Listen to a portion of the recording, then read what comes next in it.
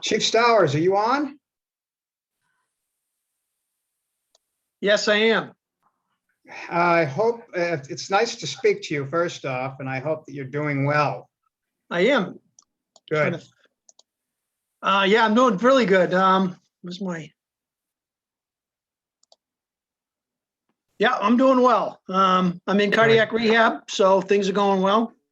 I'm back to work a couple days a week, and starting March 1st, it jumps up to 25 hours a week, and then after the 14th, I go back full time. So Excellent. I was very scared when I heard the news initially, and me too. yeah, well, I can imagine you were more scared than I. So Yeah, it was one of those things that I thought I was doing everything right, and it just there's no rhyme or reason for it. It just happened.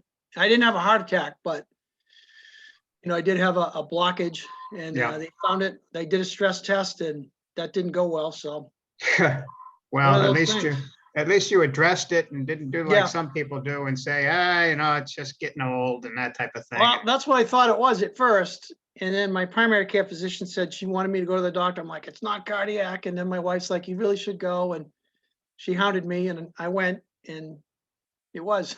So but it worked out. Wives are oftentimes correct. Yeah, sometimes they are.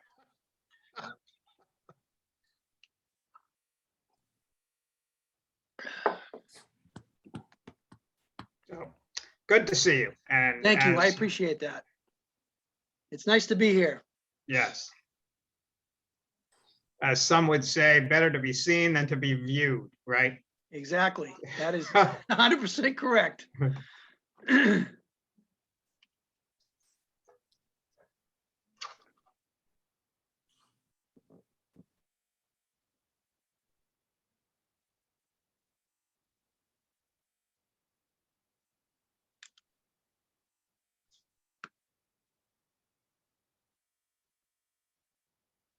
I am sitting in a hotel room in beautiful downtown Providence, Rhode Island. Visiting your daughter? Well, we are, but the real thing is my younger one is going to Accepted Students Day, and then there's a basketball game afterwards that the accepted students in the honors program got tickets to. Oh, nice. Along with their parents. And so I said, well, I might not go to some of the events in the morning for accepted students, but I'm damn well going to the basketball game. So There you go. Nice. Here I am. Right. Who are they playing today? They played DePaul this evening. That should be a good game. Providence is ranked 11th in the country right now, so they're really having a great season. And I watch every game on that. Well, except when we have a meeting. And Tuesday night coming up, they're playing Connecticut, and that's their big, huge rival. Oh, no, they're playing Villanova. I'm sorry, they're playing Villanova, and that's their big, huge rival. And we have a meeting at 7, and the game starts at 8. So I think I'll be missing. You have your marching orders. Make that meeting quick.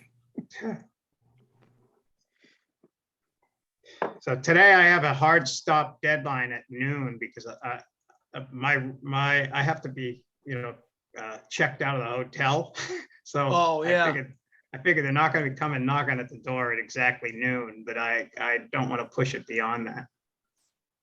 So during this meeting, part of the time, my wife and daughter, younger daughter, will be back because this is where they're staying too. So, but they're okay with that. Good.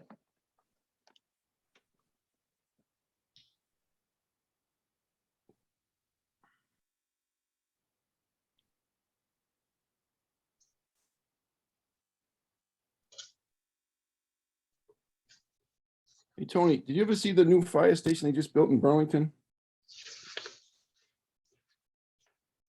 You're muted. Muted. I can't hear. Chief.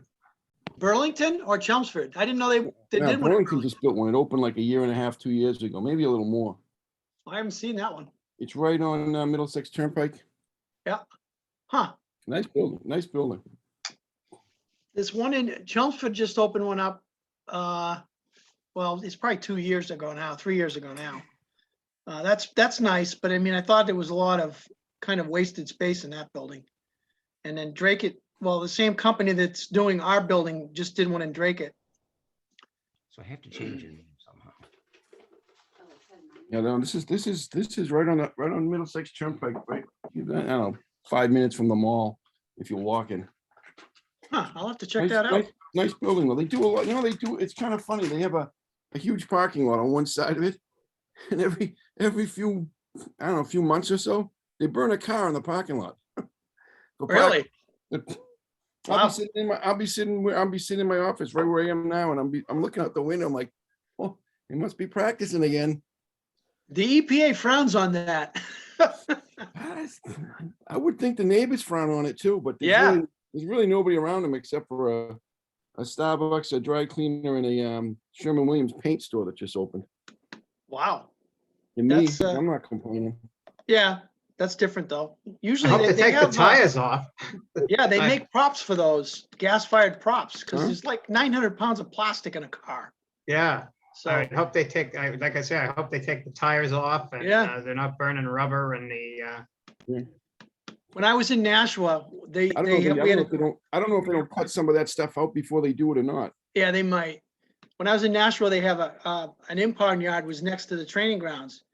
And one of the captains decided he was going to do a training burn one day on a car. The only problem was it was a car that was impounded. It wasn't one of the cars that was there for us to train on. So he got his wrist slapped for that one. but he burned the wrong car. Yeah, he burned somebody's car that was there in the impound yard. That's Megan, nice. she looks so much like you. Oh, you think so? I do. I She's got got a your eyes. childcare handoff in a little bit, but we got a dueling meeting, and then the other one's at gymnastics. So Oh, hi. she might listen in for a little bit. I'm very interested in what she thinks about the water and sewer infrastructure. Yeah, she's got a lot to say. She sat in on quite a number of public meetings in All her kids that year. age weren't interested in water and sewer. That's Mostly true.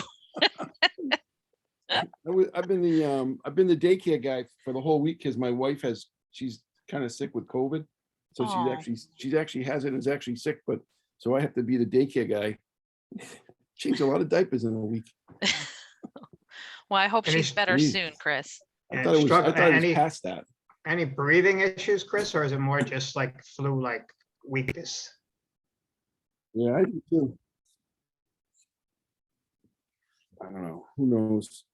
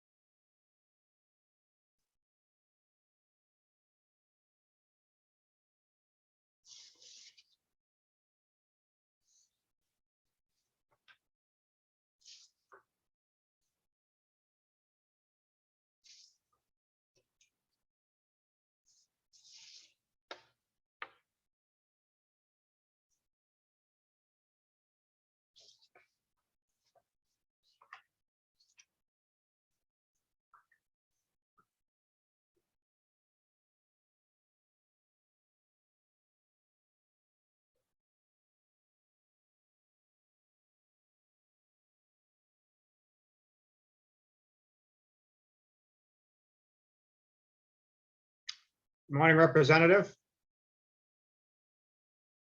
You are muted.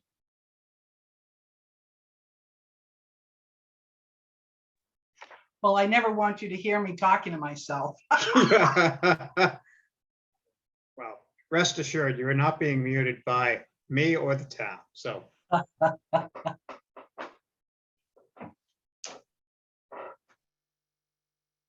It has gotten so busy on the weekends quickly and forcefully. It's good.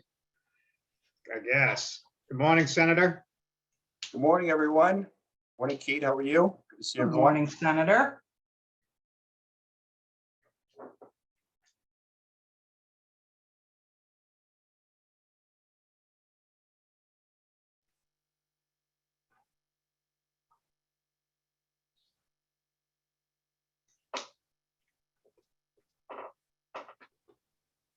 How is our fire station coming, Chief? It's coming along really nice. They've got the roof is just about all done. I think they're gonna finish up the rubber coating on the larger part of the roof this week. And then they can start working on the inside. But it's doing well. The basement, they're doing a lot of work inside down there. They're running the underground piping and trenching and all that stuff. So it is coming along really nice. I know it looks like it's going slow, but they're doing a lot of stuff inside that we can't necessarily see. So, I think We're anybody that still- owns a house knows what that's like. yeah. All We're the money still- spent on what you can't see. Yeah, we're still on track for August, so that's a good thing. Terrific. Yeah, Summer, fall, winter, fall ribbon cutting would be awesome. it would be. I'd like to see us be able to do that in September would be perfect. Yes, yes, indeed.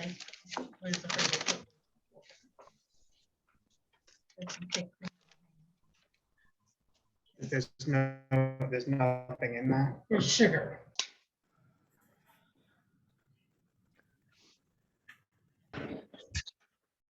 Nice to see everybody on. I won't call everybody out by name as you gather your thoughts. Alana, I'm going to read the script very generically for both, basically for both meetings. And, the only thing I think that we need to do as three groups is do that for, the people who are here, can you hear me type thing, members of the committee. But I'm going to generically do the script and not include everything because I think some of it doesn't necessarily apply. But Right. are there majorities of every board here? I know that the select board has, I think everybody is now on. Alana, what does your group look like?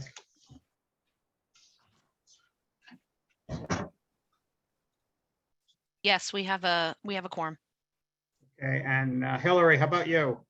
We're good. We have everyone. Okay, so let's start. It's 9 o'clock. As a preliminary matter, this is David Gavin, Chair of the Maynard Select Board. And we are here this morning for, it's the annual budget meeting that is required by our charter. It's really a meeting between the Select Board by charter, between the Select Board and the FinCom.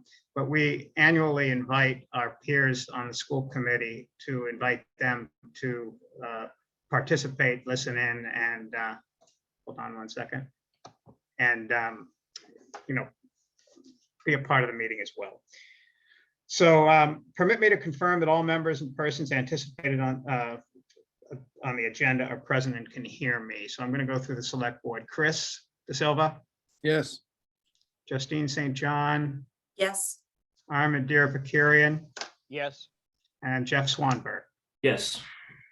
Okay, FinCom, why don't you do the same? Okay, thank you. Ken Estabrook, Yes, I'm on. Peter Campbell, Yes. Katie Moore, Yes. let's see, Jillian Prendergast, I saw you on. Yes. And Elliot, are you on yet? Don't see Elliot. And I saw Danielle Eriks. Yes. Perfect. Thank you all. And Hillary for the school committee. Mara Hogan, Yes. Barry Brinley, Yes. Natasha Rivera, Here. Yep. and Elizabeth Albota. Yes, here. And I don't want to go through all the staff because there's way too many, but I'll do the main speakers would be Greg, Here. Greg Johnson, Town Administrator. Brian, Here, Brian Haas, Superintendent here. okay, and I don't know if there's any real other main speakers from the town, but we will, when we come to them, we will make sure, hopefully you're able to speak and hear. So good morning. This open meeting of the tri-boards is being conducted via Zoom. Everyone on the agenda will be participating remotely, and we will allow for the public to provide comment when proper. We do want to hear comments, and if there's further action that's required by the board, if it's an item that's not on the agenda, we'll consider putting it on a future agenda. We'll address items as we can within the confines of the open meeting law. This is being provided as a courtesy through Zoom, and please note that the meeting will not be suspended or terminated if technological problems interrupt the virtual broadcast unless it's otherwise required by law. This agenda was posted on our website and identifies how the public may join. And please, everyone note that we are recording this meeting and that everybody is participating by video conference. Therefore, take care not to screen share your computer because anything that you broadcast may be captured by the recording. I think that's basically all I need to read this morning. I want to begin this meeting, as I said, to welcome the FinCom and the school committee to the select board's meeting this morning, along with the FinCom. I want to make sure I thank early on Greg for all of his work in preparing the budget that we're going to see this morning. It's been a Herculean effort along the way, and it takes a lot of time, but he can't do that alone. He works with his department heads, many of which are with us. He works with Megan. He works with Becky. He works with the finance team. There's just so many people. So everyone at the on the town meeting team, thank you for helping us in preparation for this meeting. I want to make clear that this is the opportunity, the first opportunity that we're really going to have to see the budget proposal from the town administrator. And I want to make it clear for the public, especially anybody who's not a member of these boards who may not understand the process as closely as we do, that this is not necessarily the final product that will be produced at the town meeting. It's the preliminary proposal that's coming from the town administrator for our discussion, debate, and deliberation as we move forward towards the preparation of the warrant in May. So there's a lot more to come after today. And I would invite everybody to please participate, voice your concerns. But having said that, this process is not driven by social media. So if people have concerns and you really want to speak up, social media is not the way to do it. I would invite you all to participate through the process of the open meetings that we have with the select board. I'm sure the FinCom feels the same way, that they invite folks to come in and comment. And I know absolutely certainly that the school committee invites people to come and speak their minds. So I think it's important that this process be done openly, publicly, and through the open meeting process, and not through rumor, innuendo, and other sources through social media. It's just not healthy for the community to do it in that fashion. I also, before we begin, we're going to have an opportunity for any public comments that may be out there before we begin, but I do also want to make sure we welcome Senator Eldridge this morning and Representative Hogan. We're honored to have you both here today. And I think it's remarkable that you take time out of your schedule to come to a meeting like this that really is just about Maynard. It's really not about any other town in your district but Maynard. But it shows the dedication and how much that you care for our community. And I also want to make sure that I comment on our thanks for this year especially, but every year, but this year especially, the earmarks that both of you work so hard to bring to Maynard, that for us is tremendously helpful and will go a long way in solving some of the issues, not all, but some of the issues that we have that needed addressing, and otherwise we would have had to go through the small amount of money that we have in our operating budget that we'll talk about today relative to some of the larger items that we have. So thank you both very, very much. I'll be giving you both an opportunity to speak after we give the public comments, because that's the way the agenda is ordered. So are there any public comments? I'm looking at the screen. We have 33 people online that I can tell. I am looking through, scrolling through as I go. I don't see any electronic hands raised nor physical hands raised, other than the baby in Megan's lap. She seems to be raising her hand. Okay, so we'll move on. So I'll welcome Senator Eldridge. Thank you for joining us. Being in the upper chamber, you of course have the opportunity to speak first. So please, please welcome to our meeting, and whatever you have to say. Great. Well, thank you so much, Dave, and to the select board and finance committee, school committee, Greg Johnson, and the town, municipal, and public safety leaders. Good morning, everyone. Great to be here with Representative Kate Hogan, and I appreciate your kind words, Dave, about particularly good year on the directing funding to Maynard, and just Kate and I have a really strong partnership, and we were proud to prioritize different areas to make sure that Maynard got as much as it possibly could, not only from the state budget, but also from the ARPA budget, which I know obviously Maynard has its opportunity with its ARPA funds. And so I would just say, I don't really have too much to say other than that we've looked at the governor's budget proposal. I know I've heard from a lot of municipal officials that they were surprised that the unrestricted government general assistance UGA was only a $31 million increase statewide. So I'm cautiously optimistic on the Senate side that we will do more than that. That's so critical because that's money that obviously Maynard can use for whatever it thinks is the important priorities. And I always say about a budget is a moral document reflecting the priorities of your constituents, of my constituents, our constituents. So I hope to get an increase there. On the education funding, and I know we've heard from Hillary Griffiths and other members of the Maynard School Committee about the continued challenges on education funding, is that we're in the second year of investing in the Student Opportunities Act.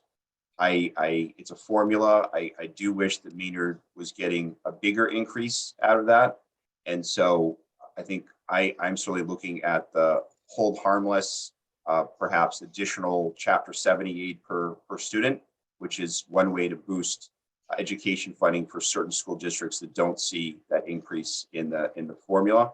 So that's certainly something I'll be focused on, as well as the special education circuit breaker, which often is the biggest boost to school districts with rising special education costs. So look forward to partnering on that.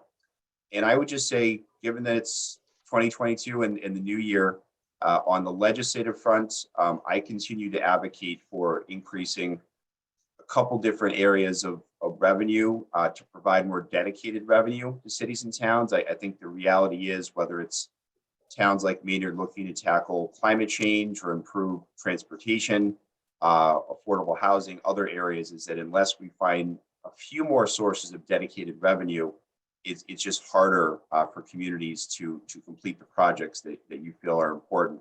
So I have filed the HERO bill, which would double the deeds excise fee and raise about $300 million, half for affordable housing, half for climate resiliency. I know there's a lot of people here that are very passionate about both issues. So continuing to work on that. the Community Preservation Act, making sure that Community Preservation Act funding comes back to Maynard and trying to increase that state match. And then on the grant front, and Maynard's been very successful and really proud to partner with my friend, Representative Kate Hogan on this, is anything that Greg, the boards have on the different state grants, whether it's Mass Works, which Maynard has been very successful on, the Municipal Vulnerability Preparedness Grant for climate resiliency, or the other many other grants that Maynard has already been successful in receiving. Given that it's the new year, just know that we have you have our full support for providing letters to support and advocacy. And the last comment I'll make is obviously we're beginning the Senate will be later, but the Senate will be taking up the FY23 budget in a couple months. So I know I've already been in touch with a couple of you about possible earmarks. I know I've talked to a couple people here about Art Space Maynard is building upon the earmark that I was proud to secure in the ARPA budget, and just looking to make sure that any institution, any project in Maynard that needs that extra help, seeing what I can do in the budget, recognizing that obviously I represent 14 communities, but very proud to represent Maynard. Thanks so much for giving me a few minutes, and good luck with your meeting, and I'll stay on for a bit before I have other events today. Thanks so much. Thank you, Senator. And we will give people opportunity to ask any questions of the senator and the representative. But now first, I will give Kate the floor. Welcome again, Kate. Thank you so much, Chairman Gavin. And thank you to all of the members that convene here today: police, fire, EMT, COA, public health, all town hall electeds and appointeds. I'd just like to take a moment here as we gather in 2022, where perhaps we're moving from a pandemic into an endemic, and just say that it is going to be so important for us to always remember those lost to COVID, the lessons learned from COVID, and I think that there are many, and those that still suffer from the long-term effects of the virus. I just wanted to make mention, as well as the 23,000 that we have lost to COVID during this pandemic. Good morning, Maynard. Thanks for letting me see a few words. I thought it was a minute, so watch me. Jamie spoke very eloquently on a number of issues. You know that you have our support when it comes to education, when it comes to climate change. I believe deeply that economic development is a crucial part of all that we do in moving our towns forward. When the towns are able to sustain their budgets, when you're not moving from crisis to crisis, we know it makes for a healthier town, healthier discussions. And so everything that I can do around economic development over the next year will be critically important to me. The legislature finalized a $4 billion spending bill for ARPA, and as you know, we were able to provide, as the senator said, funds for art space and other grants. Also, $410,000 for wastewater infrastructure in Maynard, and also $100,000 to fight food insecurity in the 3rd Middlesex district, which is something I take extraordinarily to heart, and to ensure that families, seniors, veterans have what they need on their table every day. We also passed $100 million in COVID-19 response spending, and truly this is responding to COVID-19, but also being able to move into the next phase. It includes expanded rapid testing, infusion into pandemic sick leave programs, spending to build up vaccine infrastructure in communities with low vaccination rates. It also includes extension of COVID era emergency rules. Again, lessons learned big and small, remote notary services, public meetings, reverse mortgage counseling. It also includes funds for replenishing the COVID-19 paid sick leave program and to support education campaigns, which I think are so critically important about unemployment overpayment waiver process. And we will look to suspend that until we can speak to it and act on it in a responsible way. The FY '22, as we said, included additional aid, additional local aid, and additional granting and earmarks. And we will continue to do that as we move into 2023. As I am sure the Board of Selectmen and everyone knows, there is going to be a federal bipartisan infrastructure bill coming forward. This is an incredible amount of money, $9 billion to Massachusetts over the next 5 years. And we're talking roads, transit, bridges, water infrastructure, broadband, cybersecurity, wildfire, electric vehicle charging. Huge. And I think that the better prepared each of my towns are to deal with the opportunity and to be ready for the opportunity in any way that your legislators can help with that, please let us know ahead, because we'd love to have you prepared for the opportunities that are going to be happening for those projects that are ready to go. Thoughts on the governor's budget? They're snapshots in time, and what is 2.7 today becomes something very different in a House budget, becomes something different in a Senate budget, and becomes something different in June when, God willing, we pass the budget. And so, you know, if I were to give any advice, I wouldn't stay married to that. I know you need to for the sake of being able to plan, but know that there is, you know, that there will be, and most likely, can't believe there wouldn't be more local aid coming in. And so, you know, with that, I just want to thank everyone who has been such great supporters. I have talked to so many of you already about hopes and dreams, issues, challenges. How do we move forward? How do we do it well? How are we thoughtful and effective? And I look to continue those conversations with the select board, with the school committee, with public safety, and all of my partners and all of the stakeholders in Maynard. It's how we do business here. It's why we're effective. And good luck, God bless. And I hope that things go well today. I will be on, and I'll also be jumping to other Zoom meetings. So please, if I'm not able to answer right away, I may be on another call or Zoom. So thank you all very much. Thank you, Representative. And that's a great segue, because if anybody right now has questions based on the comments that Senator Eldridge and Representative Hogan made, please feel free to speak up, and that would include members of the public. I see Alana has her hand raised, and I don't see anybody else. So Okay. Alana, go right ahead. Thank you so much. I just had a quick question, Kate. You just tapped on it for a second, but the legislation that concerning Zoom meetings, does that mean that public meetings will be allowed to continue over Zoom for another end date, or We're in waiting on the perpetuity? bill, the votes bill to Okay. be passed, and that will include that inside. We do anticipate that that will happen in the next week or so, in the next maybe week to 2 weeks. It'll be on the governor's desk. We're hoping to be able to reinstate some of that and bring some relief. And does it continue the Zoom meetings like forever, or is there another end date that it goes till? I don't believe that there is an end date. That is not my understanding. Okay, wonderful. Thank you so much.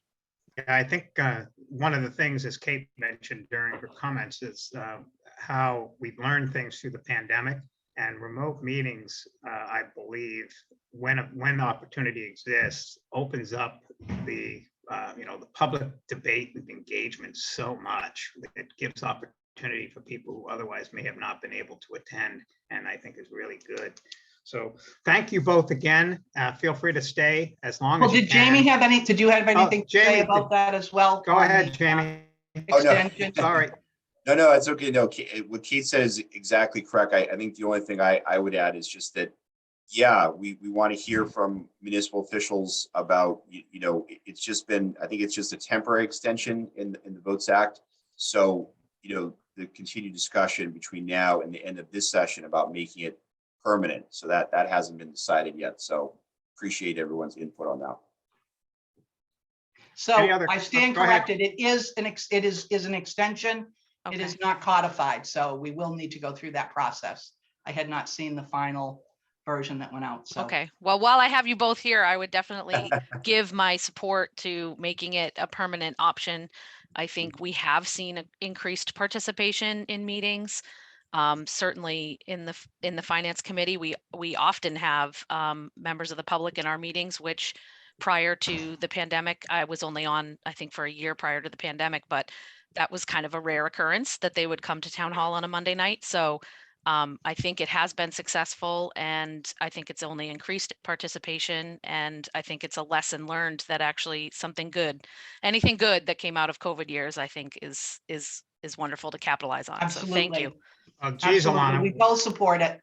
when I served on the finance committee, we had a packed room every single Monday, so I don't know what's changed. You know what? I'm joking.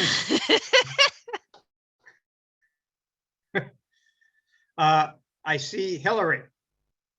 I just wanted to add that, as a single parent, having the meetings on Zoom is so helpful to be able to attend other meetings that, and for as far as the school committee goes, in the past, we maybe had 5 to, on good days, 15 people attending, and we can have over 75 people attending the school committee meetings now.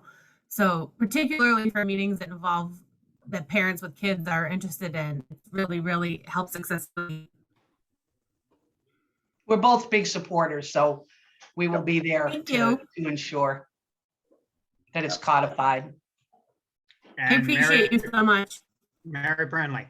Yeah, I concur with that. I think that is one of the great things that has come out of COVID, because it does allow people to be home and actually participate in the meetings. So, and I had, of course, I see dollar signs, and because both Kate and Jamie talked about funding that's coming down the pike, and I'm always afraid that we're missing an opportunity. So can you guys just quickly speak again about how we make sure that we don't lose any opportunity? I know Megan works hard at it. Bill Nemser does, Greg does, but it seems as though we're on the receiving end of whenever things are sent to us. And can we be more proactive? Or so just throwing that out there. In terms of being informed about state grant opportunities, or state, and then Kate was talking about the federal bipartisan, how do we put ourselves in a good position? And I'm on the master plan committee, so is that a place, that kind of thing? We just want to make sure that we are in the best possible position, so that when these funds become available, A, we're informed about them, and B, we're ready to go as far as applying. I wouldn't begin to tell people what to do in a town, because I know that Maynard works very well, and town hall is incredibly efficient and effective.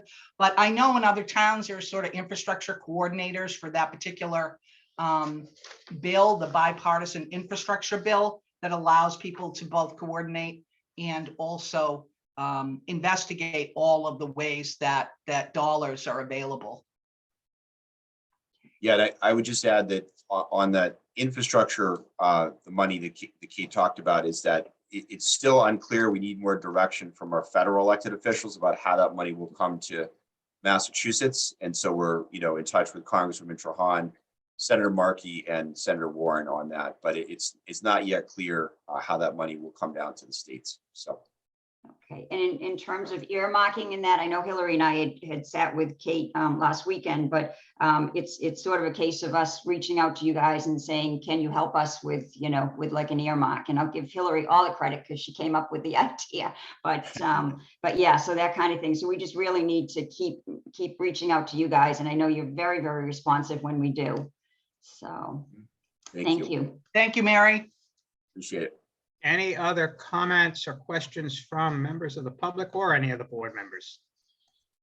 And I do not see any hands raised. So we're going to move on to the main portion of the meeting, which is the presentation of the budget from the town administrator. But before we do, I think that there are, especially with the finance committee, I think there are members that have not been members in prior tri-board meetings or even through this budget. And I'd like to have the opportunity so that at least we get to see them. School committee members we have met with, and even the most recent appointee we know. So I'd like to give an opportunity for the new members of the finance committee, since we're going to be working as part of a team, just for them to introduce themselves and say hello. So Alana, if you can tell us who those are and give them an opportunity just to say hello. Certainly, yes. Thank you so much. We have two new members, I think, since the last time we've seen the select board. The first is Katie Moore. She is currently our secretary on the finance committee. She just joined us this year. We're very happy to have her. And so go ahead and say hello, Katie. Hi, everyone. Nice to see familiar faces. I'm on, I don't know how many months it's been now, but yeah, diving in and learning lots. So I'm happy to be part of this community.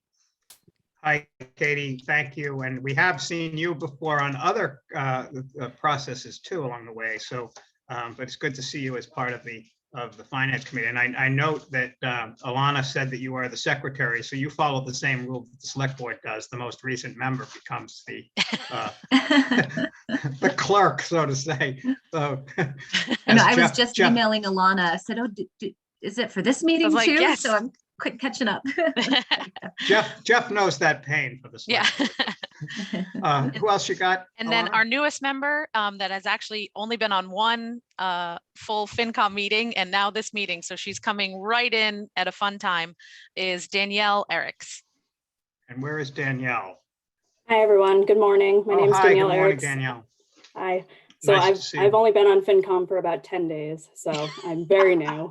Well, it looks still like you learning a might be lot. named the next clerk. Welcome. Welcome. So Thank you. with that, I will turn it over to Greg Johnson, who I know has a presentation for us. And Greg, take it away. All right, thank you, David. Good morning. I am Greg Johnson. If you didn't see me before, I appreciate everyone's attention this morning, and I will be as succinct and as brief as I can in a number of slides. But you know, it's a lot of numbers, so I'll do the best I can. I think I have screen sharing. Just a moment while I get it up. Also, it means I may not be able to see your faces as I share my screen.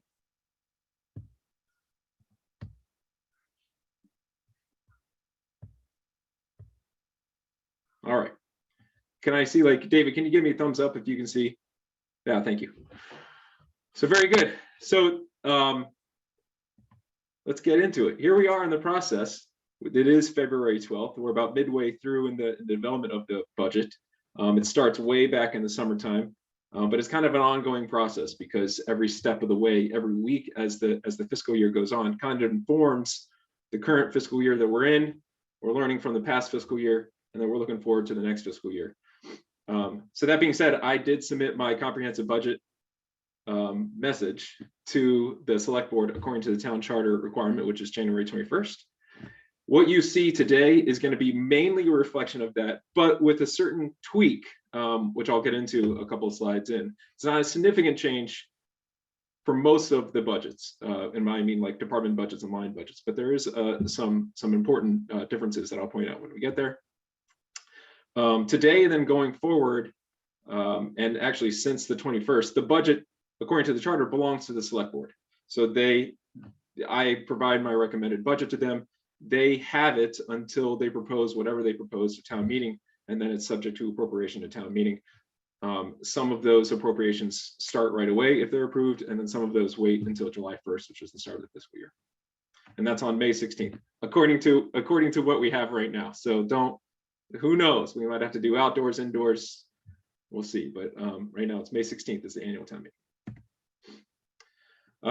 For the current fiscal year, which is FY22, fiscal year 2022, as of December 31st, so a couple of months ago, we are about midway through the year. Total expenditures was at 44.9% and or 45 after removing debt. And then we're about 51% of our target revenues for the year. So it's good. That's about normal. The very little percentage points changes year to year on that. I know I'm kind of going too fast on slides, but it's because a lot of you have seen a lot of this formatting before. Okay, so this is where we get our money for the budget. And I'm specifically talking about the general fund budget in this. So keep in mind that the town has a couple of different budgets, if you will. We also have the enterprise budgets, which is for the water and sewer utilities. And those are paid through your rate fees. So you get a bill in the mail separate from your tax bill, and then that those budgets function for those operations. But some of the general fund and the grants and the earmarks that we get also support those enterprises. But for the purposes of my presentation right now, I'm going to be focusing on the general fund. We get the great majority of our revenue to support the general fund through property taxes. So you can see here, 76%. We also get the next biggest proportion of our revenue from state aid, which is what the delegates were just talking about. And I'll get into some of the details later. And you can see the breakdown otherwise. This is not fluctuate very much year to year. Local receipts, indirect transfers. I'll get into the details about that. Reimbursements. Now, here's a number by number breakdown. Again, it just goes to show that the great majority comes from property taxes, but we are quite reliant on our state aid, which is also referred to as local aid. And just as the state delegates pointed out, all we have to go by right now is House 1, and I'll get into detail about what House 1 means for us right now. House 1 is just the nickname, if you will, that they give to the governor's budget, but then it goes to the House Ways and Means. And it doesn't become a law until whenever. Sometime, and during COVID year, it took a long time before we found out what our final budget was going to be. This is how we get that property tax number. So we start with how much property taxes we're collecting in our current fiscal year. And then according to the law known as Prop 2.5, we increase that without having to go to override or debt exclusion. So that was $841,000. And that's that's 2.5% of the current levy limit. And then we take our new growth estimate, which I'll get into in a minute about how that number came up with. And then of course, any debt exclusion. So that's money that's on top of your regular tax levy limit. It's excluded, if you will, from the Prop 2.5 law, and that gives us a final amount. But that debt exclusion money goes towards those specific capital items that was appropriated for. So it doesn't impact like the regular operating budgets. Okay, so that new growth, $300,000, which may not sound like a lot, but it is still a good amount of money, and I'll get into kind of comparison year by year. We have been fortunate in past years, recent past years, with the amount of new growth that we've had. But as we all know, a lot of that came from that shiny new market basket that we got on the side of town, and that's fantastic. But the town is built out. So the chief assessor, Angie Maraba, she looks at our building permits as to what we have for the current fiscal year. And then she does a good job of projecting out as to what sort of like new projects are coming online with a certain amount of confidence. If projects kind of seem to be like pie in the sky, then we're probably not going to count that towards new tax revenue. But she tries to stay kind of conservative. You can see there's a lot of zeros on this new growth estimate. And we won't know what the final number is going to be until after town meeting, but we have to start somewhere. And I like the idea of a conservative estimate. This is actually slightly more than Angie first gave me, and I asked her if she was confident if we went a little bit higher. But this is where I think comfortably where we should stay for now. And here's a year by year reflection of where we are in our new growth estimates. You can see in 2020 it skyrocketed, and then 2021 and 2022 a lot of new growth, which was fantastic. But the town is built out. There's that market basket area, the old digital land, was one of the last major pieces of land where redevelopment or new development could take place. So now we do need to look to redevelopment, and we do have a couple of initiatives that are examining our current properties and the zoning and the overlay districts and how we could be creative and sort of be welcoming to new growth for the town.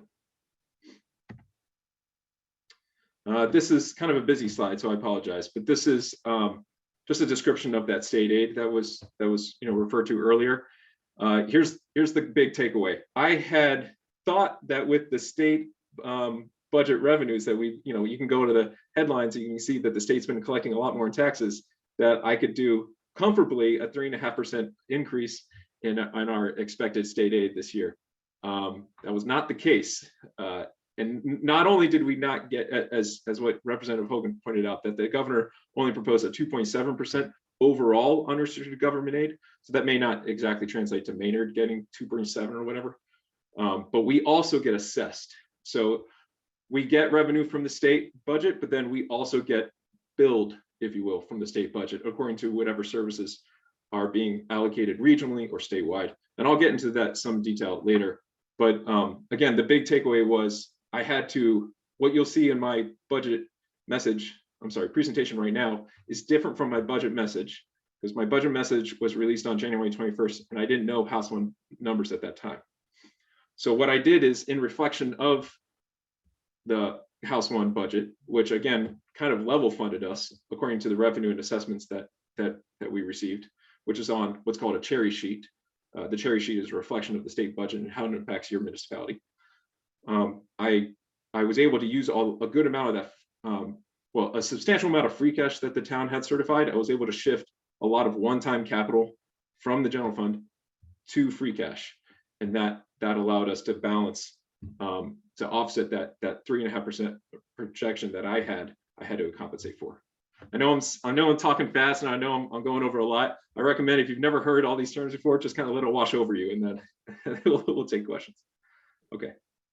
We also, of course, get money from the MSBA, which is the state school building authority, and they give us money as reimbursement through our agreements with them for the construction of schools. But that money comes in, if you will, and then goes out towards the payments of those construction costs. Our current reimbursement is almost $900,000, and we're actually coming to an end. That expires next fiscal year, which is good. And it's in anticipation of the next school building project, which will be Green Meadow School.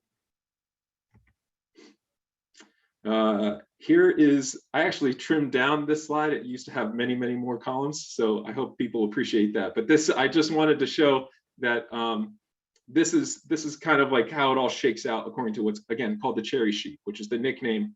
I think it's because of the color of the paper. When it sits on people's desks in the State House, it's cherry. And so when it comes to the town, this is all public data. You can go to the Division of Local Services state website, and you can scroll down, you see Maynard, and this is the figures that you're going to see. So this is as a bill becomes a law, it starts with the governor, and then it goes to the legislative branch, and you can see this is the breakdown. Again, we did get some additional revenue from local aid. However, we do have a significant amount of assessments, and you can see the breakdown. And then so it kind of shook out to about a $5,000 reduction from what we got in our current fiscal year. And here's just a graphical representation of the trend of state aid. It's kind of level. That's the takeaway. It's level. Local receipts. So this is not, beyond taxes, the town takes revenue for certain items, motor vehicle, meals tax. And I want to point out a couple of the highlights. And well, actually first, how we got these figures. I looked at these numbers with our town accountant, Lori Ford, and we tried to conservatively, but optimistically look at what our receipts are going to be, how much revenue we're going to take in these various categories. And you do that by looking at trends.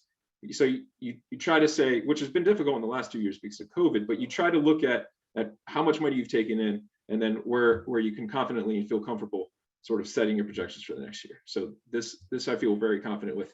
A couple of the highlights, of course, meals tax. We had reduced our meals tax projection 2 years ago when we went into the pandemic, but we did great, and I want to give a lot of credit to the staff and the other municipal officials that really helped support and encourage the restaurants to get on the streets, get on the sidewalks, and keep the economy, the local economy, and what the town is known for, that downtown, keeping it alive. And so therefore we have revenue to reflect that. Another highlight is solid waste fees. So Justin DeMarco gets on the street and he gets to make sure people put their stickers on their trash. And so here's a reflection of that. And then another is marijuana excise tax. So we increased that. The first year of marijuana, we had, I'm trying to remember the exact number. I think it was $150,000, but we increased that to $175,000. And that's a difficult projection because we don't know what the final numbers are going to be. We have 2 retail marijuana establishments in town, and they have not yet paid their bills, if you will. And it's not both of them. So I won't know what my final number is going to be based on this year's revenue of those 2 establishments. until a couple of months from now. And then we may be able to adjust this if it's in time for town meeting. But right now we looked at, basically a little bit of feedback we got from those 2 marijuana establishments. I had one check that we got back in the summertime that was appropriated at the fall town meeting for the community impact fees, which is a 3% off of their gross revenue. And they also have to pay taxes for another 3%. So I used that one check from one establishment as just a factor in informing how much we could project for marijuana. So I feel pretty confident in this number, but of course I'll keep everyone informed if that has to change. Excuse me, Greg. Again, that's the sales tax, by the way, so not the community impact. So just not, just to clarify. So in all, you might say that we could get 6% off of the marijuana establishments, but this $175,000 only is the sales tax. Go ahead, Justine. Thank you. Greg, I just had a quick question just for people who are watching regarding the solid waste fees of the $576,000. Does that cover the full cost of solid waste? No. Okay. So I don't get into that level of detail in this presentation, but within Public Works, we also heavily subsidize the cost of operations. So it's not just the collection, by the way, it's also the dumping fees or the transfer fees. It has a couple of names, but when Harvey takes your trash and recycling, and then they take it to, or trash in particular, they take it to what's called a company called Wheel Liberator, which is an incinerator. That costs money. Wheel Liberator charges according to the tonnage of how much a community drops off and they process. So no, this solid waste fees is more than we have collected to offset those costs, but it's not enough. Thanks for that question, Justine. I think it's these are the types of insightful questions that educate the public, especially that are looking at this. Some might see this and say, geez, we're paying $4 a sticker and they're getting $500,000 or whatever, and that's not the case. We're not meeting our costs with the sticker program. We're still subsidizing quite a bit. That's right. Yeah, I think if I'm not mistaken, I think that's called tipping, based on what Tipping. Tipping costs. It's more money than what we collect sometimes. Mauro has a question too, I see. So what is the difference between the two? I'm not looking at the spreadsheet, Mauro. I'm sorry, I don't have that up, but I can find that out for you. I don't have it up right now. Okay, that's fine. Let me write that question down just a second.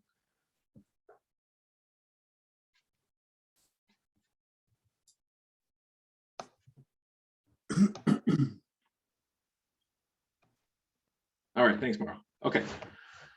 Oh, I can only see 4 people on my screen, but I can see Natasha has her hand up, so go ahead. Hey, just a clarifying about the cherry sheets real quick. The House one, it's not posted on the state's website. So, but it also looks like they were only updated up until the 26th of January. So was it released after that? If you go to try the Department of Revenue. So if you go to the Department of Revenue's website and then you can click, I mean, I'm not looking at the website. Okay, no, I just was looking because I've been checking for it on there where all the other municipalities are posted for the FY 23, and I hadn't seen it yet. So, but I don't know if was the Department of Revenue where it was looking at. So the Department of Revenue, Division of Local Services. Yeah, that's where it actually, I'm looking at the Division of Local Services. It has the FY 23 Governor's Budget Proposal, and then FY 23 House Preliminary Budget Proposals blank. But Right. Again, this isn't updated as of January 26th. So I'm guessing what you have maybe was received someplace else after that, possibly. I'll send you the link. I mean, I get Okay. the email from DLS that just says, hey, by the way, cherry sheets are posted. And then Great, you click on thank the you. link. So I'll show you the link. Go ahead, Greg. Okay, I didn't want to, yeah. Okay, local receipts. All right. Indirect charges. Now, this is kind of a strange concept.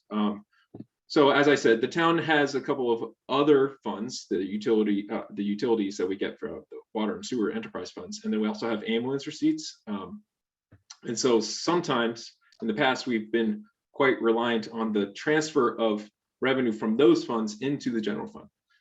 And it supports the general fund operations, and because usually they're so symbiotic or required to be collaborative. That's the relationship between those three funds and the general fund. However, a couple of changes for this year. So our consultant that we've been using for a number of years evaluated, interviewed, and assessed how much our indirect charges we take from the water sewer enterprise to support the general fund. And really that's a reflection of how much work we, someone whose salary might be from the general fund and how much time they spend on the water sewer enterprise fund. So you need to periodically reevaluate the split between someone's time and resources. This was proposed to the select board a couple of months ago, and the end result was $55,000 less to the general fund from the water sewer enterprise funds. And then ambulance receipts. Again, we had been subsidizing the general fund using revenue from the ambulance receipts. But over time, you may need to use that money for ambulance services. So beyond just the normal sort of day-to-day operations, we have a brand new ambulance. So we have an agreement to, we obviously need to pay that down. And then we also need a new fire pumper. And I get the trucks wrong, and I'm sure, I hope I got that right. But we need a new fire truck, as in layman's term. And that's not cheap. And so what is a common practice and a good practice is to use the ambulance receipts money towards that, right? So it's not a drawdown on your taxes, but you use ambulance receipts, which goes towards public safety concerns, primarily the fire department, and then you can pay for a certain capital like a new truck with those ambulance receipts. What that means is that $130,000 of what had been typically used to subsidize the general fund is now going to go towards a fire truck and the ambulance. Okay. Another transfer we do is from PEG. So that's what Comcast and Verizon pay the town for the use of our right of ways, so they can put cables and whatnot throughout town. This has been a standard practice for a number of years now. It's probably not a surprise to most of you. We get our projection is level funded from what we get this year, which is $364,000. Over 90% goes to the school department, and I believe most of that goes towards supporting WAVM staff and equipment for that program. So I'm not projecting any change to that. However, we are spending more than we're taking in. So according to my projection, by the next fiscal year, 2024, we'll be in the red, so to speak, according to the balance of how much we're taking in for PEG and how much we're expensing by about $90,000. In addition to that, our Verizon contract is coming to a close, and we don't know what they want to do. So that may impact further what the balance is between how much we get from PEG and how much we spend.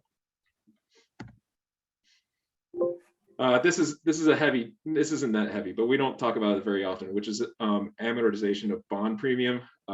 I'm going to boil it down to, we get $23,000 in revenue from our amortization of our bonds.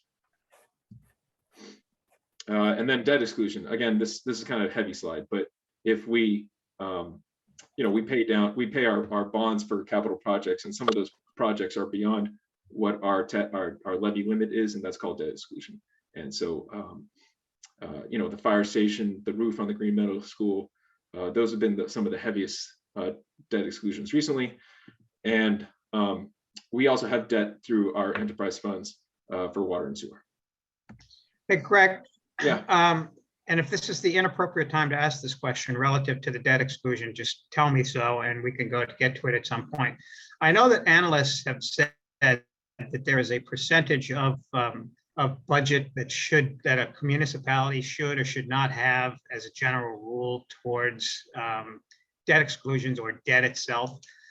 Currently, do you have any idea where we are in association with that, and how much, what percentage would somebody say that we have room to wiggle?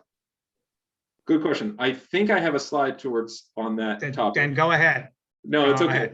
But the how much we have wiggle room is subjective.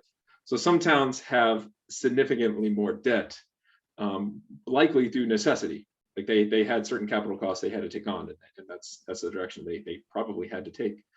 And some towns refuse debt almost entirely. And so I've heard that the average is between 7 or 8%, could be as high as 9, but it's all relative according to what the town's needs are. Yeah, I thought that there was an analysis we saw at one point where somebody came before us and told us that, you know, to be really safe about it, you shouldn't go over X%. Right. And I forget what that percentage was, and now I don't know where we're at. And knowing that we have additional projects coming up, we want to make sure that we're aware of that, so that we're not exceeding the recommended debt exclusion amounts moving forward and putting ourselves into fiscal danger. Okay, that's a good point. So a danger might be if you're approaching the levy ceiling. I know these are like terminologies that people don't talk about every day. So we have a levy limit, which is how much more taxes we're going to collect. But you can override that or go an exclusion, which is beyond that amount. But you can only go as high as the levy ceiling. We're still many millions of dollars away from that we would collect each year. But it's definitely a good consideration. This slide could also inform that. So you can see on this slide, back in 2016, we have just short of $2.5 million worth of excluded debt. And then, you pay that off that as the years go on, which means you have a less percentage of debt according to your general fund. But the general fund grows every year too. So it's, the correlation is, even though you're both paying down your debt and your general fund grows, which means the proportion of debt to general fund increases. But in 2021, we started paying off the fire station and the roof to the Green Meadow Elementary School. And so of course it went up. So that's a question for the community. How much debt are you comfortable with, right? So we're paying off that debt. As you can see in 23, it goes down. But I suspect in a year or two, with the consideration of the Green Meadow Elementary School construction, that's going to go up. And then you have to say, are you comfortable with that amount? Okay. Hey, if I may. Go ahead, Jeff. I believe I presented a number at our last tri-board meeting. I think we were around, and I'll look up the exact number, around 80% of the way towards that ceiling. So still about 20% of that 2.5% that we can use in that particular limit. That's only one indicator of financial, room, not necessarily health, but that may have been what you were referring to, David. Thank you. Proceed, Greg. Oh, very good. Very good. Okay, so now we're going to get how I propose we spend all that money. So here's the breakdown. Now this is different from the January 21st comprehensive budget message, because again, I got my free cash certified and I got House 1, so I had to kind of adjust, and that's just how the budget develops over time. And I make these recommendations to the select board, and then they can either accept or change them however they will. But you can see the breakdown as is right now. So one significant difference between the January 21st and now is that top line general government. So you can see it's only a change of $250. It's like, oh, what? Our costs only increased by $250? No, what I was able to do is transfer a good amount of the capital that I was going to pay out from the general fund into free cash. But I also reversed and I'll get to this in a later slide. I also reversed a practice that we've done last year, which is start to pay for capital out of our general fund, right? So we had a capital pay-as-you-go line of $120,000 in this fiscal year, current fiscal year. But I had to, in order to compensate for revenue and the state budget, I'm reversing that, which is I'm not thrilled about it, but you got to do what you got to do, and that means that $120,000 is not going to be, on my current budget recommendation. So it may look like $250 only, but it's really because I'm not paying for the capital as I was. It's kind of a long way around it, but and then you can see the breakdown. I'm going to get into individual functions in the slides going forward, but this is the overall breakdown. Again, the budget goes up every year, unsurprising, which is a reflection of revenue and expenses. So our budget can only go up as much as revenues we take in. We're required by law to have a balanced budget, and you can see that's reflected here. This slide doesn't change very much year to year. The majority of our, I mean, not majority, our biggest cost goes towards education. That's not unlike almost every other municipality. I assume every other municipality. That's just education is the biggest expenses, followed by personnel. So benefits is a significant cost, and public safety and public works and whatnot. It goes down from there. But this is not atypical for most municipalities. Culture and recreation, by the way, I get this question every time. That's the library. So you'll see that on the slide when I get to it. But people always think it's beyond. It's not. That's the library. Okay.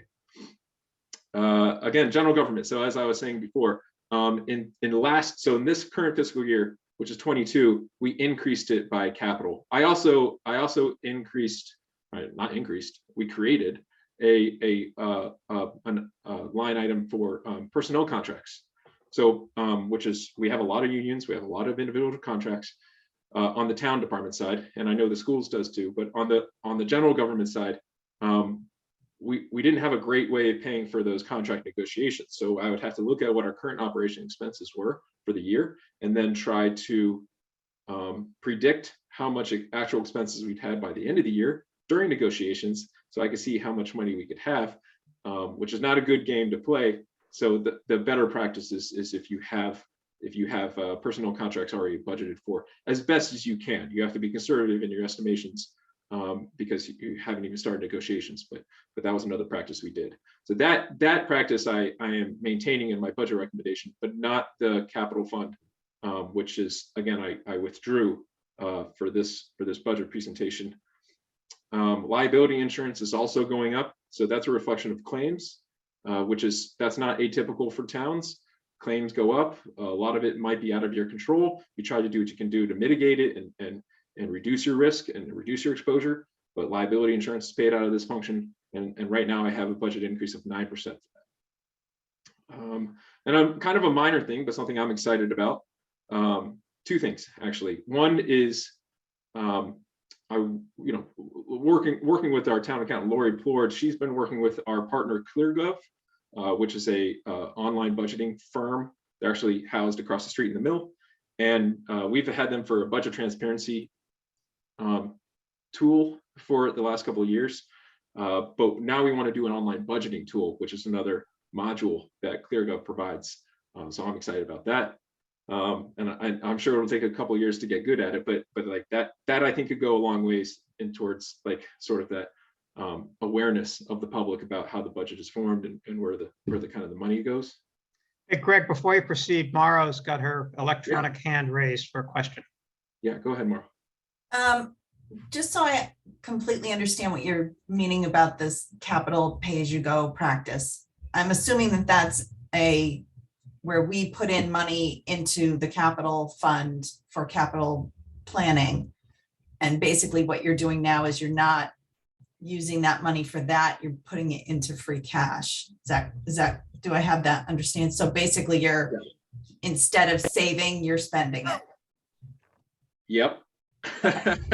So my original proposal as of like 2 weeks ago, January 21st, was to increase that line from $120,000, which is how it is for this fiscal year, to $200,000. Like I wanted to add money towards that, which is really giving more money for the capital planning committee to play with. But that can't happen now if I have to kind of balance a budget. Maybe there are ways around it, but in my current proposal right now, I'm proposing to not only not give money, but actually to reverse it and take it away. But you'll see in a couple of slides down where I am offsetting that reversal through free cash. Okay. And so I'm still paying for the same things that the capital planning committee recommended. I'm just doing it out of free cash. A couple more questions on this topic are similar, somewhat related, I guess. Justine and Hillary. So Justine first. Yes, I wanted to clarify because I'm not sure if Mauro, I just want to make sure Mauro understands. So the $120,000 is not something that was earmarked to go into the capital stabilization fund. The $120,000 was actually in the operating budget because the move was per something that the Finance Committee has been trying to get in the budget for the past few years, having having a capital line item in the overall operating budget. So what Greg is doing, and Greg, correct me if I'm wrong, what he's doing is he actually is reallocating that $120,000 towards other needs within the general operating, and then funding the $120,000 that is going away there through the free cash. That's it. And you'll see a slide and that'll kind of show that numbers. Hillary, did you have a question? I'll hold off. Okay, okay.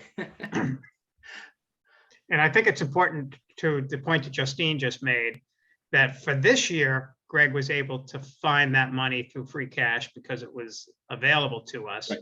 And free cash is not guaranteed, as we all know, every year. So this is a stopgap for this year that helped us to balance the budget. That's right, exactly right. And that capital pay as you go money goes towards any function. So I request capital requests back in the fall, and then I forward those to the capital planning committee. So that comes from all town departments, and you'll including the schools, including public works, including public safety, and then the capital planning committee deliberates over the amount of money that I say they can probably spend, and then they prioritize what their request would be. Okay, Natasha. Just on the free cash, I know it came in quite larger or above what was estimated from or anticipated. Are you able to, at some point, I don't know if you will, but to speak to why that large variance is and what we might look at? Was it that we had overestimated expenses, or did we have underestimated revenues, and where that might be to kind of see if there's some conservative aspect that maybe we would want to look at a little differently in the future? Good question. Yeah, I can touch that when I get to it. Save that thought. Yeah. All right, thank you. Okay. I understand your question though. I think it's a good one, so we'll get to it. All right, so I'm just going to go on to the public safety. Mainly, this goes towards two functions, the increase of $100,000, which is, and public safety, by the way, of course, is fire department and police department. We negotiated both police and dispatcher contracts this year. I also will be negotiating with the fire union in this spring in anticipation of ratification over the summer for FY23 start. But the fire department, through the fire chief, submitted a good amount of operating expenses for equipment and maintenance, SCBA, flow testing, medical supplies. I obviously can't speak to a lot of the technical specifications, what these requests are for. That's why I have the great fire chief with us. But it's meeting the demands of the service, and it may seem like it's a lot of odds and ends, but I have confidence that it kind of just sort of meets our needs. Inflation seems to be high, the cost for services seems to be going up, and we have a good amount of demand. Public works, so this is a significant budget. Of course, we are a small city. You can call it what you will, but if you look outside, everyone's on water, sewer, streets, sidewalks. We look like and function like a small city. We just happen to have a town's resources worth of department. But so this budget request goes towards a number of items that we're aspiring to. A lot of it goes towards keeping up with the equipment that we currently have. So that's vehicles, equipment, streetlights, buildings, grounds, tree maintenance. Justin DeMarco, the Director of Public Works, also proposed money towards Fowler Field maintenance, which is, again, I know it's been a topic of conversation for many months now about our athletic and recreational field maintenance. And this budget request tries to go towards those needs. And then stormwater. So this is a topic that was brought up at a select board recently. Municipal stormwater services is a weighty demand on any municipality, but specifically on Maynard, because we do have the river that runs through. We do have a very urbanized environment, and a lot of that water is regulated as it goes into the river by the state, and we need to keep up with those demands, which we have been scraping by, frankly, in the last many years. I'm not asking for a significant increase. I'm actually only asking to get up to where our recommended regular operating costs are for stormwater maintenance, but that's not addressing probably a significant amount of capital needs that we will have to address sometime in the near future when it comes to stormwater management. Another trick that we're doing for this particular budget is shifting, again, it's kind of relative to those indirect costs, shifting the salaries for a certain amount of administrative support onto the water sewer price accounts, because that's where they handle a lot of the admin for the water and sewer enterprises. So we're shifting some of those salaries. I also need to increase how much we expend on consulting services, so mainly our town engineer services. Not a huge amount, but I want to be able to support the many projects and earmarks and grants that we have already right now, and then going into FY23. Complete Streets, ARPA, state earmarks, Chapter 90, which is the roads and sidewalks. It's a lot for a small town department to take on, and we're very reliant on consultants to do that. Oh, Mary. Sorry, I had to unmute myself.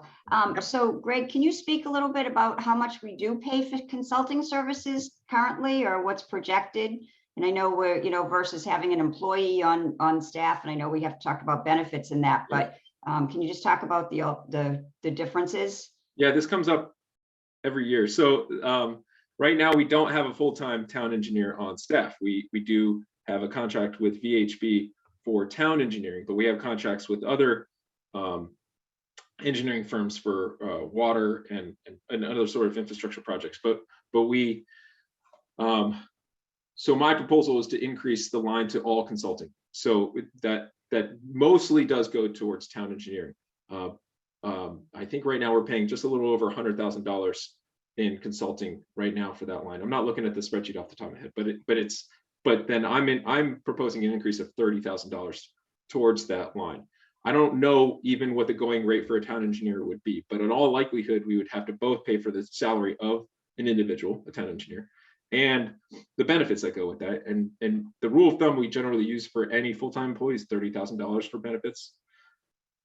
So let's say that new employee costs $110,000, which is probably a fair amount, considering the amount of workload and expertise would be required of this person that would be replacing a firm. So then it would have to be that salary plus the benefits, and then we would still have to probably greatly rely. I'm assuming that one town engineer can't do everything him or herself, and so they would have to still be consulting or be reliant on consultants to support all the various projects that we have. So it's not a perfect system, but I'm pretty reluctant to hire a town engineer at this time. I'm not to say that I'm not very much open to it, but even as Justin has pointed out, it has a significant upfront cost, but it has potential for long-term benefits. But you could, that argument is valid, and it could go a lot of different directions. You just wonder if we had somebody full-time with being able to create history in that, versus maybe somebody 20 hours a week for consulting, but I'm sure you look at that regularly. So thank you. That's right. No, good question. Thanks. Okay, moving on. Here's the library, which it may look like it's a lot, but we provide a much needed, and I think a very welcomed service to the library. It's categorized as cultural recreation, but it goes to the library. Mostly that goes towards the recently ratified clerical union contract. They have the most members of their staff are in that clerical union, so it's a significant cost. But overall, compared to other departments, it's much smaller. It's $40,000, which is much smaller than most departments. Okay, education budget. This is a heavy slide. So I just sort of categorize education because I see it as both Maynard and Assabet. When it comes to town meeting, you will appropriate for those two separate items right now. I'll also throw in there right off the bat that I don't have the final number for Assabet. So right now I'm going off a projection of 3%, which I was given months and months and months ago. But I believe the Assabet Regional School Committee is meeting on the 15th, which I think is Tuesday. So I might have a different number by then. My understanding is that the superintendent's office for Assabet will be, I think Alana's about to correct me. So, No, I'm just letting you know that they're coming to the finance committee on February 28th to present Oh. to us. So I assume at that point we'll have a better number. Very good. So I'm just saying that it's not a huge amount. I mean, 3% is only $37,000, but still, that's not the final number. Okay, so overall, this is an increase of $460,000, which is just over 2% towards education. Again, that's both Maynard Public Schools and Assabet. But specifically for Maynard Public Schools, I do recognize that this is about half as much as what the Maynard Public Schools had requested in a budget request. But this is still $430,000 of additional. So over FY22, this is $430,000 to Maynard Public Schools for FY23 in my current proposal, and that number could change. So again, as I get different Assabet numbers, as my health and liability insurance are finalized, as the state budget is finalized, we could make adjustments, and I think we should. I may have some town adjustments I'll have to make according to maybe new debt needs, IT costs, etc. But I suspect that'll be minuscule compared to how much money I'm going to try to transfer or recommend that the select board transfer to the Maynard Public Schools. But I'm not going to get any more detail about the possible use of that $430,000 from Maynard Public Schools. I'll let the Maynard Public Schools do that. Okay. Benefits go up and up and up every year. So our current projection for FY23 is an increase of over 5% for benefits. That's $500,000. And I hope that comes down. I'll find out in the next couple of weeks from Maya, which is our health insurance and liability insurance provider. But this specifically speaks to health and retirement benefits. Our retirement benefits also is an increase. So of that $500,000, retirement is $161,000, right? We have a significantly sized workforce, and as they retire, so comes the pension contributions. But this is not too surprising in that our consultants and Maya and Blue Cross Blue Shield, that's who our subscriber is, that's who we have subscriptions for. They were kind of warning towns that as people started going back to the doctor's offices at the sort of close of the pandemic, or like the shift out of like the quarantine where everybody was in, that health insurance costs were going to go up. And so I had initial estimates, and that has actually come down from 9% to 6%. That's what Maya felt comfortable with telling me. But then I hope and I suspect actually that'll come down, probably not too significantly from 6%, but I hope to get better numbers in the next couple of weeks. So debt service, this is what I was referring to earlier. We're paying off our debt, which is good. It did go up, as you can see, in 21 with the fire station and green metal roof, and then that'll continue to come down. And then you have to get into that conversation. I had a couple of slides of this devoted like years ago, which is probably what maybe David was referring to, where it talked about like you have to ask yourselves, what do you feel comfortable with, what debt number you feel comfortable with. And again, it's all according to the needs. And this is a conversation that we had years ago so that we could be in a position to consider when the fire station construction costs would come online. And then it was deliberated and in consideration of future elementary school as well. And so it was collectively it was decided that moving forward with the fire station was timely so that we could be prepared for future projects like the green metal elementary school. Right now, this non-excluded debt service, so that's money that I'm not asking for taxes on top of the regular 2.5%. So again, it's not excluded debt. That pays for a number of things, but here's a couple of other considerations that the town needs to take on, which is one, if we're going to replace those bleachers and you don't want to take a debt exclusion out for that to pay for those bonds, then that's non-debt exclusion, which means you do need to increase how much you contribute in your general fund for that. And then and the golf course. So the golf course, the country club and Sterling Golf, who are contractors with, has been saying for a couple of years now that the roof is faulty, and the Council on Aging as well, that the roof is faulty, the envelope needs addressing, which is like the windows and the walls and doors. And so generally to pay for that, which is probably going to be a certain substantial amount of cost, you would generally bond for it, but not through a debt exclusion, because it's usually not that much. So you just have to pay for paying down that bond every year in your general fund. I do address the bleachers in my free cash proposal, which I'll get to in a couple of slides. Okay. All right. Here's sort of the miscellaneous other expenses. I'm not proposing any change to the reserve fund, so that's still set to $250,000, where it's been for a number of years now. Overlay, so basically reserve for abatements. So if you file for an abatement with the Board of Assessors, we need to be able to have money available in case the Board of Assessors approves those abatements for those bills. That's set to $240,000. That's standard. And then like I said earlier about the state aid, we have to compensate for all the assessments that the town gets billed, if you will, for the state and regional services, which I have noted here. And those state assessments did increase, which I point out here, by $110,000, which is about 6%. And then you can see in the breakdown from the cherry sheet that mostly goes towards charter school demands. Okay. That was a lot. Talking as fast as I can, y'all. So I'm gonna get into capital. Oh, no, I'm not. Natasha, go ahead. Just a point of order. I don't think we actually had boards open for roll call. And I don't know, David.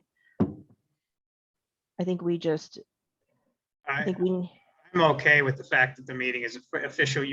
We traditionally, as a select board, do not roll call to open up a meeting. I know that other boards do. I don't think it's, I think it's just called to order with the majority present, and we did do that. But if the school committee desires to reverse itself and have a roll call vote to call the meeting to order, that's perfectly fine. Hillary, I just wanted, before we continue to go on, I think it was just indicated. I don't know if that's something that we want to do, since we are deliberating on topics. I would probably advise it if possible. Okay, should we wait till before the school committee section? No, to Natasha's point, she believes that given that there are deliberations going on basically during these discussions here, that in her opinion, she believes the school committee should call itself to order, as you traditionally do. Okay, I can do that. Roll call to come to order, Natasha? Yes. Mary? Yes. Maro? Yes. Elizabeth? Yes. And I'm a yes. Thank you. Greg, I know we have a break scheduled after the capital improvement plan, but there is also the school budget recommendation prior to that. What Hillary and geez, now I'm blanking. School committee, huh? And school committee and finance committee, what are your thoughts relative to taking a break now versus continuing on and taking a break a bit later? I would probably let Greg finish and then. Okay, go ahead then, Greg. Let's move on. All right, I'm going fast. Okay. No, don't. That's not my point. I'm wondering that, if people need a break. No, I very much appreciate that. But let me get to this next slide, because it kind of touches on some of those other things I was talking about anyways. Free cash. So free cash was certified recently after the January 21st submission of my budget at $1.5 million, which is great. Now to go to Natasha's question, how do we come up with that number? And she's right. It is a reflection of how much you didn't spend versus how much you took in. In addition to that, on top of that, and there's a certain amount of detail which I don't have available for you right now, Sasha, but I think it's a great question. And I will follow up with the town accountant, because this was only certified like a week or two ago. So I was also frankly surprised because I thought I had originally only projected $500,000 to the capital planning committee. Like I thought that was actually that's not nothing to that's a great amount of money as well. So I had so this is 3 times that amount. So I was also taken aback.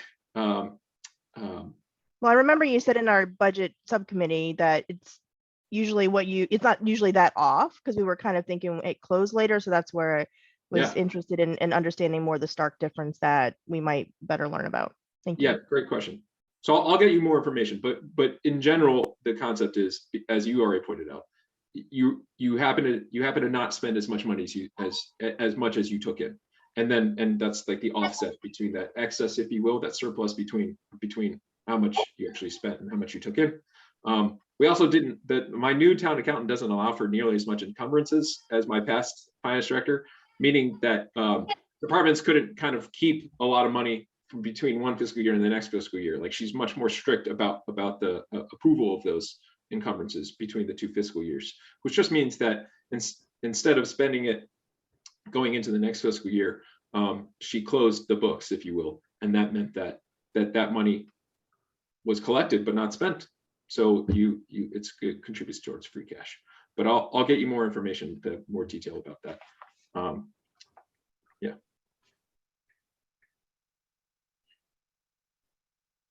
Okay, very good, very good, very good.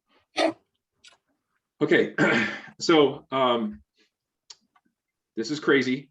So everyone hold on while I go through this really quickly. And then I provided, this is almost entirely what I've already provided to the capital planning committee with one exception. I'll get to that in a minute.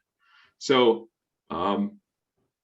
right off the bat, we have a couple of things that we do every year, which is snow and ice. And that recent blizzard, I think, kind of shook me a little bit. So I went from I think a $200,000 increase to now I'm recommending a $300,000 increase. Right now, we only budget for $117,000 out of the general fund, which will put us over $400,000 to cover snow and ice for the rest of the year. So hopefully that shakes out. Any amount of money we don't spend on snow and ice just goes back to free cash. I also am recommending contributions to capital stabilization, general stabilization, and OPEB. That's OPEB is other than pension, other post-employment benefits. So that's mostly health insurance that goes towards retirees. And we have a huge unfunded state mandate, as every municipality does. We've had it for many years, and we have to keep paying down that liability. But as you can see, I would love to be able to put more money into those capital and general stabilization accounts. We did draw down from our general stabilization towards the feasibility study for a new elementary school, which is good. I think that was the right call, but we need to continue to contribute back towards that stabilization account. For capital stabilization, the last big withdrawal was for buying the fire station land, the new land for the fire station, and we need to contribute towards that. However, because of the amount of free cash that we had, I am paying for a lot of capital needs, so I'm not recommending any further drawdown from capital stabilization, so we can contribute to it. So here's my one-time capital, and again, a lot of this, $200,000 of this, I was hoping to pay out of the general fund. And instead, we're just going to pay for our free cash, which frees it up in the general fund. $160,000 going towards upgrading communication systems for the dispatch center. $55,000 for a new cruiser, specifically a hybrid cruiser. $40,000 towards school roof repairs. $50,000 towards schools HVAC repairs. $20,000 towards the school's doorway repairs. $40,000 for a new fire hose. I'm going to circle back to the fire station. $39,000 towards new computers and servers, which again I had contributed already in my general fund. So that again that comes out of general government, usually data processing, and so now I'm taking it out of general fund and putting it in free cash. A new town website. This says $35,000, but my original proposal was to pay for that over 3 years, and now I'm going to pay for the bulk of it in the first year instead of hitting the general fund for it. Rail trail parking. There's the little parking lot next to the Winter Street DPW garage that goes along the rail trail, so it needs a proper light. Roads and sidewalks. To add to I want to say it's $290,000 that we get for Chapter 90, which is the state formula for roads and sidewalks maintenance and improvements. So I'm proposing an additional $114,000 towards that. And then that clerical union contract that I talked about was ratified this year. I still have basically a liability I have to pay off. And that I'm rounding up. We still don't have the final number, what that number is going to be to pay for this year's worth of additional compensation for that contract, but I rounded up to $50,000. Otherwise, I was going to have to try to do budget transfers at the end of the year or go to the reserve fund. And then, okay, now let me break down bleachers and fire station. So I had proposed to the select board and the capital planning committee $500,000 total towards new bleachers. Right? So that could be designs of new bleachers, demolition of new bleachers, permitting for new bleachers, but it's not clear exactly how much that's cost. I have a quote that the superintendent's office was able to acquire, which was almost $1 million for new bleachers. I can't use that quote because I do have to go out to bid. I have to follow procurement law. But you know, now what I'm proposing is $200,000 towards new bleachers, which hopefully will be enough at least to do designs and maybe for demolition, but I'm not sure. And then the final cost, I'm not sure. But I suspect I'm also going to have to bond for that, which I wouldn't recommend exclusion. A debt exclusion, and therefore, if we go to bond, I would need to increase our non-debt exclusion, fund out of the general fund. And then that fire station. So we're building a new fire station, which means the one on Summer Street I'm not going to need. The town's not going to need in a couple of months. So maybe August, September, maybe November. We'll be moving the firefighters and equipment from that fire station into the new fire station, which is great. It's kind of a funky parcel though. I've talked to a developer and I said, like, what could we do over there? I have a task force that's helping out with trying to identify what the town could use that property for. But talking to that one developer, and again, I understand this is only one perspective, but talking to that one developer, they said a huge hurdle was the asbestos of that building, which is, so that needs to be abated. It's an old building. We've known it had asbestos for a long time, but it needs to get abated. And then the building itself is not great. It actually has good bones, if you will. The foundation's okay, but all the windows and all the doorways and the interior, it would all have to be upgraded to do anything with it. So he proposed, no, he didn't propose, this developer, but he just said, it would be hard for him to use the property as is. So I'm proposing take advantage of the $1.5 million of free cash that we have and contribute towards the demo and abatement. I do have one quote for the demolition and abatement of that property, and it was $300,000. So I know this is kind of last minute change. I want to throw it out there, and I don't suspect I'm going to get any understanding at this point. I think this is going to have to be a conversation, particularly with the capital planning committee.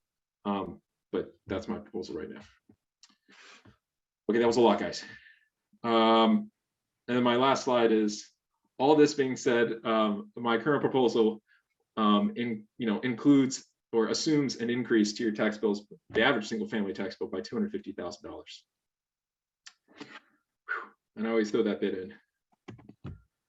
All right, now $250, Greg. $250. I said 200. How much? You said 200. You said 250,000.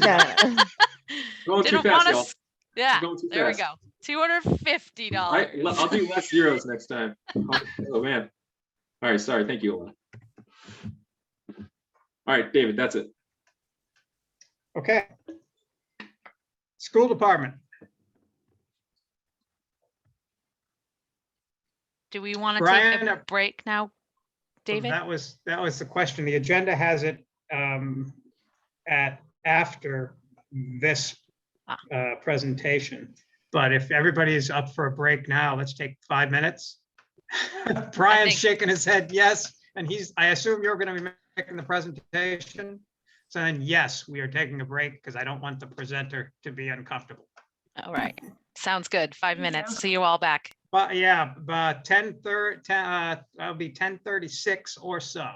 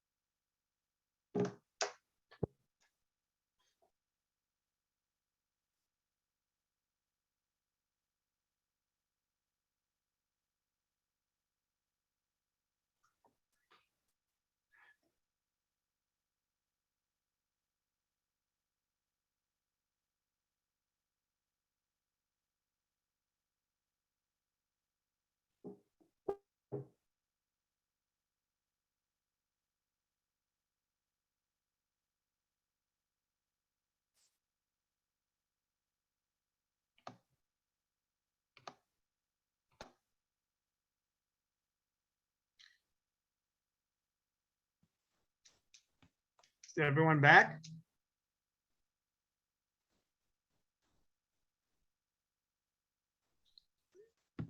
I'm assuming we are. Brian, are you ready? Yeah, I'll check with Colleen. I think she'll run through the program. One quick comment before we begin. I did get a text from Representative Hogan who wanted to confirm for Alana on the question relative to the Zoom meeting issue. She said that the legislature extended remote town meetings and amendments to the open meeting law through July 15th in the recent COVID supplemental spending bill. And she says she feels assured that the House will likely make it permanent through one of the bills filed in the legislature this session. So that's the confirmation on, or the update from Kate on that. So Brian, take it away. All right. Thank you very much. Good to see everybody sort of this morning. I can really only see like Greg and a blank screen. That's about it. But I'm glad I'm here. I'm exciting to be able to sort of share the school budget request that both the school committee and the finance committee, and I think Greg, actually, they've all seen it. So this is a little bit of a review. I'll start with, I really liked how Senator Eldridge started talking about budgets and whatnot, that our budget is a moral document representing our values. So in light of that, that resonated with me because that's really our budget. It's not, our budget is really about, at the end of the day, what can we do for kids? How do we improve the services, the programs that we offer for students? So it comes back to that moral document. And I will follow Greg's lead because like his budget, most people have seen this. So I'll kind of roll through and not read it because it's posted, and you can read it and really, take some time to process. And then if at some point you have questions, you're more than welcome to reach out to myself or the school committee. And I also should, recognize that there are a whole bunch of people that went into making the school budget, including people in the central office, from the business manager to director of student services, director of technology, building operations, all the principals and assistant principals.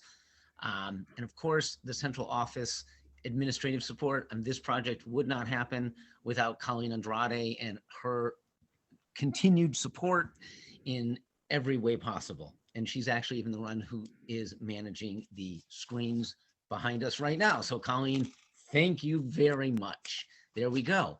And she even knows when to hit the button. She's like, you've talked enough. This slide. So the purpose of this slide is simply to show that our budget supports our strategic plan. And a main component of that is supporting students, making sure that our practices are inclusive practices. They push us to be superior academically. And at the end of the day, we're developing global citizens for all of our students. I'm not going to read. This is the budget overview. So we'll talk through this as we go through. Thanks, Colleen. One of the things we did do differently this year, and Mary can attest to this, that we connected our budget to the town master plan. So that was something new for us this year, to really look at how do we align with that in terms of student skills, in making connections to the town, financially, etc. So it was a good practice, which I'm sure it is one that will continue. A little bit of budget history, just where our FY21 budget started, the FY22, the FY23 request, the associated increases. So we're right around the $22 million mark for the entire public schools. And this is, again, sort of a high level overview. If you look at our original request, early on, we had a conversation with Greg and he said, hey, I think this is about where you're going to be. And so as a school department, we said, okay, great. And we kind of aimed for that number closely.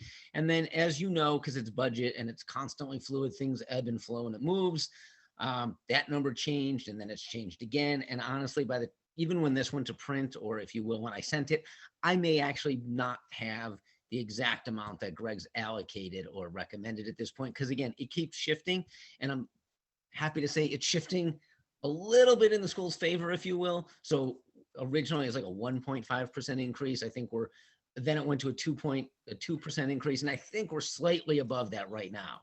And again, always a moving target. But let me get to the nitty gritty, if you will, of what's in our budget request. So we're right around, well, keep going, Colleen, next slide, please. There we go. So now I broke this down into 4 categories, if you will, sort of Maynard Public Schools as a whole, and then the high school, the middle school, and the elementary school. So you'll see it broken down. And some of these I think are super important. They're all super important. And they all connect to students. So for example, on the slide, one of the things that I would recommend and is supported would be a full-time athletic director. We are still operating under sort of an older model that a lot of schools used to do, where it's a stipended position. And you can see on the screen that we pay a teacher, then we pay a stipend, and then we reduce the class load of said teacher, so we have to pay for that. So all total, that adds up to about just $129,000. The proposal of a full-time athletic director says, hey, we can get a full-time athletic director who can devote their entire attention to our athletic programming and our athletics, and our students, etc., around that for ballpark $60,000. But then we don't have to pay a stipend, and then we don't have to pay for the coverage of classes. So the total increase is really only $16,000. And I suggest you think on that and read that over on your own. I'm not going to belabor the point, but it is the direction most districts have moved in the last 10 years with the increase in responsibility for an athletic director. It went from being the athletic director to being the athletic director and dealing with concussions, and then being the athletic director and dealing with concussions and COVID and more athletics and, more teams per town, etc. Hey, Brian, there's a couple people with questions. Would you prefer to complete your presentation, or do you want to take questions as they come up? How about we run through it once and then we can do questions? Okay. Thanks, David. Athletic trainer is a strong recommendation from the Mass Interscholastic Athletic Association, just to make sure, given the level of competition, that all of our students are as healthy as possible, and if and when they get injured, that they get immediate attention. English language learner teacher, the simple rationale behind it is we have more English language learner students. Therefore, we need more resources to meet the needs of those students. And then central office support. So that's changed. So before my time, there were some other people in the central office, and I don't mean like in given roles, like different superintendent, but there were different roles, additional support roles that have been reduced previously. And somewhat interestingly enough, that we could do better, and we're working at doing better. The first bullet on there, again, the Medicaid reimbursement. So it's an interesting one, and everybody can get kind of their own opinion on that, but school districts can fill out forms, collect the data to get a reimbursement from Medicaid for services that the schools offer to students. Why wouldn't we do that? So it's interesting. The school department has to do all that work. They provide the services to the students, they record the data, they fill out the forms, they do all that. The reimbursement actually does not come back to the schools, though. The reimbursement goes directly to the town. So we just assume that, in all fairness, there's this giant pot of money. I use the term giant loosely, but there's a large pot of money, and it supports the town and the schools and the DPW and the fire and the police and everybody else. This contributes to that bigger pot, but it's resources that directly come out of the school's operational budget, if you will. Like, we need to spend resources to do that. So given everything else that's been added on, this ask of central office support includes that, coordinating bus transportation and billing, assisting with homeschooling, and there are just a lot more as time has gone on. No state report has ever gone away. They just add more to them. And then in the last couple of years with COVID, with ESSER 1 and ESSER 2 and ESSER 3, there's even more state reporting requirements that are just needed. So that's a quick explanation of that. Now we'll get at the building level. Saturday and summer school, I'm going to lump together because they serve the same purpose. We're a small district. We don't have thousands and thousands of kids, although I'd love that if we got bigger, and we did. Right now, the Saturday school and the summer school provide opportunities for students who are struggling to make up courses that maybe they didn't do so well in. They didn't pass them. And as a high school student, you need to earn credits to graduate. And people track, the Department of Education, they track your graduation rate.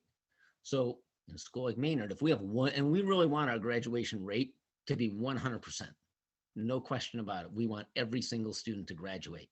And if one student doesn't graduate, for us, that looks like all of a sudden we could be at 1.5% of our students dropout rate. So that's not a good thing. So Saturday school, summer school allows students who might have had a struggle or two to be able to make up a class or even 2 classes to then graduate on time. So as I look at this, this is something that if I, think about Maynard, we want our graduation rate to be 100, our dropout rate to be 0. And this is one way to provide support for that. Physical education teacher, this one's kind of simple. PE has changed. When I went to school, you took PE literally once in high school and they're like happy. Some kids did a sport every season, some did once a year, some didn't do any. But PE was, you did PE back in the day. The rules have changed. The state requirements have changed. They would like a semester, a year, or a class a year for every student in high school. And currently, we are in the process of being the accreditation process through the New England Association of Schools and Colleges, NEASC, what they're adoringly referred to, and they accredit it. They go, all high schools go through the accreditation process because you want to be accredited. You want to be able to say we meet the state requirements. This body has looked at us and assessed us, and our staff has looked at themselves and said, this is what we do. It's a good thing. And in this case, it's going to identify that with our current model, we don't meet that requirement. So the ask of, it's legitimately most of a teacher. Right now, we have 1 full-time teacher and 1 additional 0.2 teaches 1 class of PE, but adding a 0.8 to have 2 full-time physical education teachers, number 1, we will be able to meet that state requirement. That's huge for us because we want to meet that. It will also allow us to spend more time on health and wellness topics, which, as you know, over the last couple of years, those have just exploded both in school, at home, in town, etc. So that's important. And also in a small school, it helps alleviate scheduling issues. And if you're a parent and you have kids in the high school, you know that sometimes they can't get everything they want because of the schedule. Tiger program, I will come back to that one because there's a whole separate slide on that. But basically, that's an in-district special education program for our students that have learning challenges. And I will come back to that and talk a little bit more about that. Fowler School, they already have, if you will, the Tiger program that I just said. I'm going to come back and talk about that later. I will. We have it at the Fowler, which is why there's no ask for it. The one ask from the Fowler School is around literacy. And you'll see that as well at the Green Meadow. So it's improving our literacy curriculum to improve the instruction with students, to improve our MCAS performance and growth for our students. Green Meadow, Tiger program paraprofessional. I'm going to talk about that next. And then literacy program, again, we just talked about that. Lunch recess support, it has to do with increasing instructional time for students if we're able to do that. It just changes duties of people. But now the real ask, here we go, Tiger program. So it's shown up on the high school page, it's shown up on the Green Meadow page. What is all this about? The current Tiger program is at Fowler, super beneficial. What it does is it allows us to keep students who would otherwise likely be out of district to get their needs met, remain in district. So the chart that you're looking at basically identifies 8th grade has 3 students who are in our Tiger 1 program at Fowler School. They will obviously age up to the high school and be in grade 9. In order for us to keep them, we need to make sure that we have adequate programming. So adding a Tiger program at the high school is the adequate programming. It allows us to not have to then say, if we don't do it, the alternative is how do we meet their needs? Because at the end of the day, we have to meet their needs. It's not, do we want to? How well do we want? We legally have to, and we want to. It's morally the right thing to do. Meet their needs and keep them in district, keep them at Maynard High School. The numbers on the screen show what an out of district range is. And right now they're actually really hard to get. Even if we had unlimited funds, we might not even be able to find those. But it ranges for our tuition for one out of district student from $70,000 to $115,000. And it really depends on the student's need, where the opening is, etc. In addition to that, there's transportation. And again, it ranges basically between 10,000 and 17,000, depending on how far the school is from, the student pickup from Maynard. So if we have 3 students, so that total is somewhere between 240,000 and 386,000. Keep in mind, that is annually. That's a 1-year expense for those 3 kids. And we would continue to pay that until they're 22. So we're looking at several years. Or in our ask, we have Tiger program. We have a couple of teachers and a paraprofessional for the younger one at Green Meadow for that program. We could keep those kids in district and likely as kids start to have issues, be able to meet their needs in district. Thanks, Colleen. So this is just an interesting slide. If we look at, this is on the Department of Education, you can find this information, it's not secret. But the key thing here is our numbers, our percentages are off in terms of what the state's target is. If we go down to the 4th row where it says substantially separate, that's still in Maynard Public Schools. So we have about 15 kids enrolled. Our district rate is 6.9%. The state rate is about double that at 13%. And the state's rate is actually higher. They'd like to be at 14%, which just tells us that the state also encourages districts to build and maintain in-house programming for these students. Because if we go to the next row, it's separate schools, residential facilities. So it's what I've been calling out-of-district placements. We have about 22 kids enrolled. Our district rate is 10%. The state's at 6.5%, and their goal is to get down to just under 5.5%. So lower that number. And we too would benefit from having our number go from 10 to 6 to 5. It's a work in progress, but that's just bigger picture of the same topic. A review slide for those of you, because I kind of ran through it quickly because I feel like I've been looking at it for several months. The school committee's seen it, the FinCom's seen it. It's a $22 million, $28,934,000 ask, and it does all of these things from contractual obligations to athletic director, trainer, central office, English language learner, supporting students in terms of Saturday summer schools, PE, Tiger program, literacy, lunch support for Green Meadow. So lots of asks, all totaling what's the right thing to do for our students in Maynard. This is it.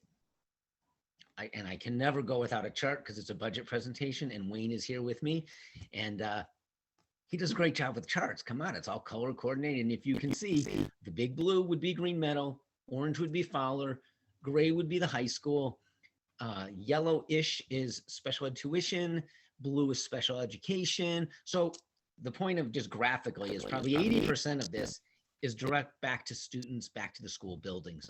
And then there's like a whole bunch, the little slices of the pie are curriculum, transportation, business office, athletics, the smaller things. So thanks for indulging us with our pie chart. So there are 3 slides about ESSER, which I don't want to get, and I'm not intending to bore you and or go into great detail with ESSER allocations. It just lets you know that we have 3 ESSERs, ESSER 1, ESSER 2, and ESSER 3. The big thing at the bottom of the slide says supplant means to build upon or add. Sorry, supplement. Supplant means to replace. So this is where I don't know that everybody necessarily understands how grants work. So in a 1-line review, federal law prohibits recipients of federal funds from replacing state, local, or agency funds with federal funds. So we can't replace. We can supplement, but that's it. So just so people are aware. And again, just showing you what the numbers are. These are kind of preliminary, just how they're broken down. And ESSER 3, the next slide, completely preliminary. We haven't even, in order to get it, you have to plug some numbers in based on what you think you might do. And then as it gets closer to time, you really fine tune that. You take it, I take it to the school committee and share the specifics of, well, what does instructional staff look like? What does support staff look like, et cetera. We're not there yet. So looking ahead, we want to make sure that we have as many opportunities as possible for all of our students and keeping them in Maynard Public Schools. We also want to continue to increase our college credit bearing coursework for all of our high school students. And things that we've been kind of talking about this year would be increasing WAVM electives, looking at pathways around engineering and computer science, and pathways around performing arts, theater, music, etc. I could read our statement of impact, but you can too. That is our budget presentation. That is our ask. Hopefully you hung in with me, and you too think that it's. Well, I can confirm that everybody's still here. Oh, Brian. good. So Thanks, everybody, David. everybody hung in, as you say. So Excellent. thank you very much. Now, I know that along the way, there were a couple of questions. Specifically, Sure. I saw Justine and Alana had raised their hand, but there may be more that have been added since No their initial questions. So let's start. Justine. Sure, I did have a couple questions. The one going back to the athletic director. I just want to make sure that I'm understanding it properly. You said you currently have a teacher for $85,000 and then about $44,000 in stipends because of the $10,000 for stipend and $34,000 for the class coverage. So by hiring a $60,000 benefited employee, that would save money. Wouldn't that be $144,000 plus paying benefits? So wouldn't that actually cost more money than what we're doing now? So I didn't add the benefits into the athletic director. I looked at salary. Right. Right. No, I understand that, but I'm saying so $60,000 is more than the $44,000 that we're currently paying for So that it's a position. $16,000 increase as opposed to a 60. Because so I still have my teacher, right, at 85. Right. But then I'm not going to pay a stipend. So you're paying, so it's $16,000 total over. Okay. All right. Yep. But to your point, there would be an additional an additional body. David, Right. you were breaking So, up during that. Yeah, you were a little bit broken, David, but that's fine. Sorry, but did you get my point? There would be a need for benefits on top of that regardless. 16,000 So plus the- benefits is really okay. Yeah, so it's the additional Alana? 16,000 plus. Yeah. Yes. Yeah, that was actually Alana, and then Armand is next. that was similar. I was going to say I appreciate the breakdown and the look at the actual increase on your budget line item, but that every one of those additional people also adds an additional increase to Greg to the town benefit budget line item, which means he has to take that increase out somewhere else. So it's not just 16,000, it's 16 plus it's the full person's benefits. So Greg, you said earlier, I think you budget about 30 per person additional. So every one of those people on that slide where it said your budget increase is that much, and then you have to add 30,000 onto the town's budget. Yep, correct. Armand? Yeah, I was kind of similar bringing that up too, but I also have a question for Brian. If you don't mind, kind of where my heart has been all this time. And I just want to hear at this point in time, where we are with the actual music program in the schools. I mean, how, I know Kevin Kozik is one of your teachers there, and I think he bounces all over the place from, Fowler to high school. So kind of, if you don't mind, kind of give me a picture of what that looks like now. Very opportune time for this question, because I actually had a meeting with Kevin and the principal of the high school, Chuck, Kara Janice, recently to talk about the music program and where are the strengths, what can we do to move it forward incrementally? Because obviously you can see the budget and you can see the budget from the town. There's not unlimited funds. So the one area he really feels like the elementary school, high school is pretty well situated. There's a little bit of a gap in terms of course at the Fowler School. So that's one of the areas we're looking at for next year, because that kind of fills that gap, if you will. That's where he felt the biggest gap in the music program was at this time. Very good. Thank you. Absolutely.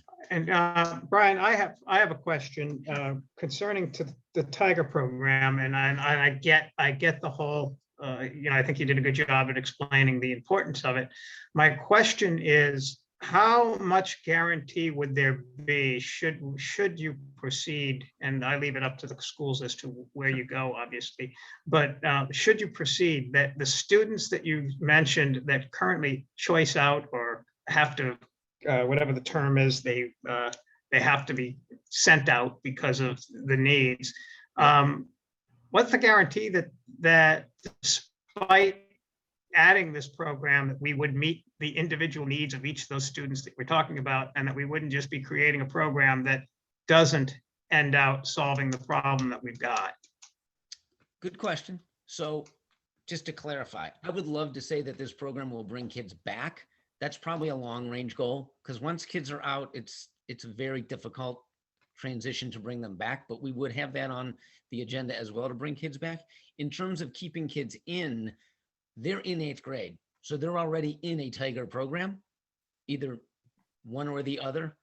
So if we build it at 8th grade, it makes sense that that would continue. If that answers your question. I think so. I mean, it's sort of proactively looking at future issues versus current issues. Is that accurate? Well, I think the current issue is that those 8th graders will age up to 9th grade in 2022. So that's the here and the now. And then the proactive part, to your point, I agree with, is looking at, so there will be other kids, even on that chart, that are in 4th, 5th, 6th, 7th grade, that as they age up, we'll then have a program for them. So I think it does both. Mm-hmm. And Okay. these kids are going to be Justine. having oh, sorry. Can I add on to that? Go ahead, Hillary. Yes, please. These kids will be having IEP meetings this spring and deciding whether or not they can stay in district or they need to go out of district. So it's really a decision that's going to be made in the next couple months. Like, my daughter's IEP meetings are in March. And if I were in those parents' position and there was no program for my kid for 9th grade and it's spring of 8th grade, it's time to look elsewhere. And so it's really not a far off future thing. This is something that we either do now or we pay the $200,000, $300,000, $400,000 next year. If I could add on to that, those students are currently receiving the services. So the best guesstimate is that by continuing that service up to the high school, that they would in fact want to stay, because it is definitely the best thing for the kids. So it's not like we're creating a new program for those students that are already in the Tiger program. We're continuing it. Justine? Yes, thank you, Dave. I just had a couple other questions. And I know that one of the slides talked about the amount, I think it was the amount of special ed cost, I think. Correct me if I'm wrong. Is that was one of the slides, Brian? I think so. Is that I think that's what we've been discussing, that one? Yeah, I think so. So basically what it seems that Maynard's pretty high with, comparison. I think it was the out of district versus whatever, and then Maynard's pretty high as far as that. Yes. So I guess I'm just curious, because there are several districts obviously in the state that have lower per pupil spending. And I'm just, and their numbers for out of district and things like that are lower. So I'm just curious what strides you're making as far as decreasing the per pupil spending while increasing the service. I know that sounds counterintuitive, but I'm just curious how other districts are doing. I will look into that. I don't know off the top of my head how other districts are doing it. I know that we do what other districts do. So for I can example, talk to that a little bit if you want me to, Brian. Go ahead, Wayne. Thank you. Well, one of the ways you can decrease your per pupil spending is what Brian's trying to do. That instead of spending $300,000 on a student, you spend $50,000 on a student. The savings is immediate and your per pupil costs go down. If you look at those types of school districts, many of them have followed the DESE guidance and built more in-house programs, which is the direction Brian's trying to go. Because the amount of money we spend on sped tuitions per year is just astronomical. It's the single largest line item other than salaries in the budget. But to answer your question, that's how, even though it seems counterintuitive, how you could get it to go down. Yeah, I know Alana's presentation later calculates the per pupil spending at about, I think it was 25,000, but that's averaging that with $100,000 and shifting our whole average higher because we don't have the services in district. Okay, so like typically, so our per pupil spending right now is about 19,000, I think, not the Alana presentation, but the other DESI presentation is like Mine is different 19,000. and mine is not comparable to what is online elsewhere. And I will say that later in my presentation. Don't use mine. It's not. And that's why, like, I look at Hudson, I look at Clinton, I look at, Millis, I look at all these other schools, and that's why I'm trying to figure out how we can, because we're all one big budget. And I do look at the fact that, as much as I would love to give the school what they're looking for, that the 400 and whatever we're short, where we're short there, the entire government budget, town budget, with the exception of the schools, is only about $322,000. So like we would cut most of our services in order to give the schools what they need. But I respect that. So I'm just trying to figure out a balance. I'm just trying to figure out how to make it all better. Justine, can I just add also, because I know spoken about this a lot, and I know Wayne can also, he's advocated that the special education costs are rising at a rate of $1 million annually since I think 2016. Maynard on the state level ranks 11th out of all towns and municipalities, and our total expenditure percentage of how much we spend on special education versus our total expenditure. So we're, I think, at 29%. The state average is 23%. And some of those larger districts that are also spending higher are ones that are more, they have more money. So you have Lexington's at 28%. You have Sherborne, Dover, some of those other districts. So we do, but Maynard obviously has different funding issues. And so I recognize that this is not something that our town, it's a town-wide issue. Like these expenses are going to continue to grow regardless. The school can't solve this on our own. And so, the issue of work within your means, when your expenses are rising over 2% annually, that's just impossible to do. So I just want to make sure I recognize, or that we recognize, that this is really a town-wide issue. We have a commitment and a need to service these kids. The expenses are not going to continue to change unless we, look at a larger action. And if 2% is not solving that, as a town, we should recognize and decide what should we be doing if our budget, our funding, local aid is not meeting that. So I just want to kind of put it that. I don't think it's the school needs to solve it. I think it is a town-wide conversation of how we collectively all can do better. And I completely understand that, Natasha, but what I'm saying is, so the rest of the general government is also a town-wide issue. So we also need to fund our other town departments as well. I'm not saying that you don't. I'm so just saying that yeah. it's not, I've heard this a couple of times, not today, but for like, work within your means or those kind of comments. And that's not really helpful in order for us to figure out how do we address these costs that are something that are not transportation costs, or something that we can't define or, reduce without allowing us to support and build, in district capacity. So anyway, that's me. I do remember, I was at the Fowler Library a long time ago. So it had to have been 5, 6, 8 years ago when it was, when the costs were going up for special ed by $750,000. So it really isn't a surprise that we're at $1 million now, to be honest, with inflation and everything else. But my last question, and then I will let everybody else talk, I'm sorry, is there anything, this is probably for Brian or Wayne. I know that there are cost saving measures you're looking at for special ed. Are there any other grants in the works other than ESSERS that you pursue? Like, I know the town has a lot of different types of grants that we can go after for different things to help defray costs. And I'm just curious what the cost savings are that you guys are looking at on the school side. Great question. And now that you say that, I would think next year I will add a slide for all the grants that we get, whether they're entitlement or competitive grants. Wayne probably has those at his fingertips, but yeah, to answer your question, there are probably about 15 different grants that we apply, that we get, maybe more. And I will share that with you, on Monday. I can send that because it's a great question. And I'm glad you asked. Should have put it in, but we'll learn and do it better next year. There are everything from Title I to IDEA. There are so many grants. I mean, I don't know if Wayne wants to just grab a couple of them just to give you an example of some of the larger ones and what they fund. So that, yeah, we really look at every opportunity. Right now we have a literacy grant out there. We're waiting to see if we get in. So we do apply for grants, and they do actually significantly offset the budget.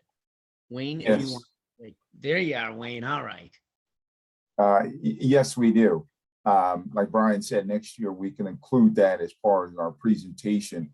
But yes, there are salaries that you don't see that get put in. For example, the 262 grant is a special education grant that our paraprofessionals go into. And like Brian said, I don't have it here at my fingertips, but there are other grants that are off the operating budget into those grants. Preschool is another one.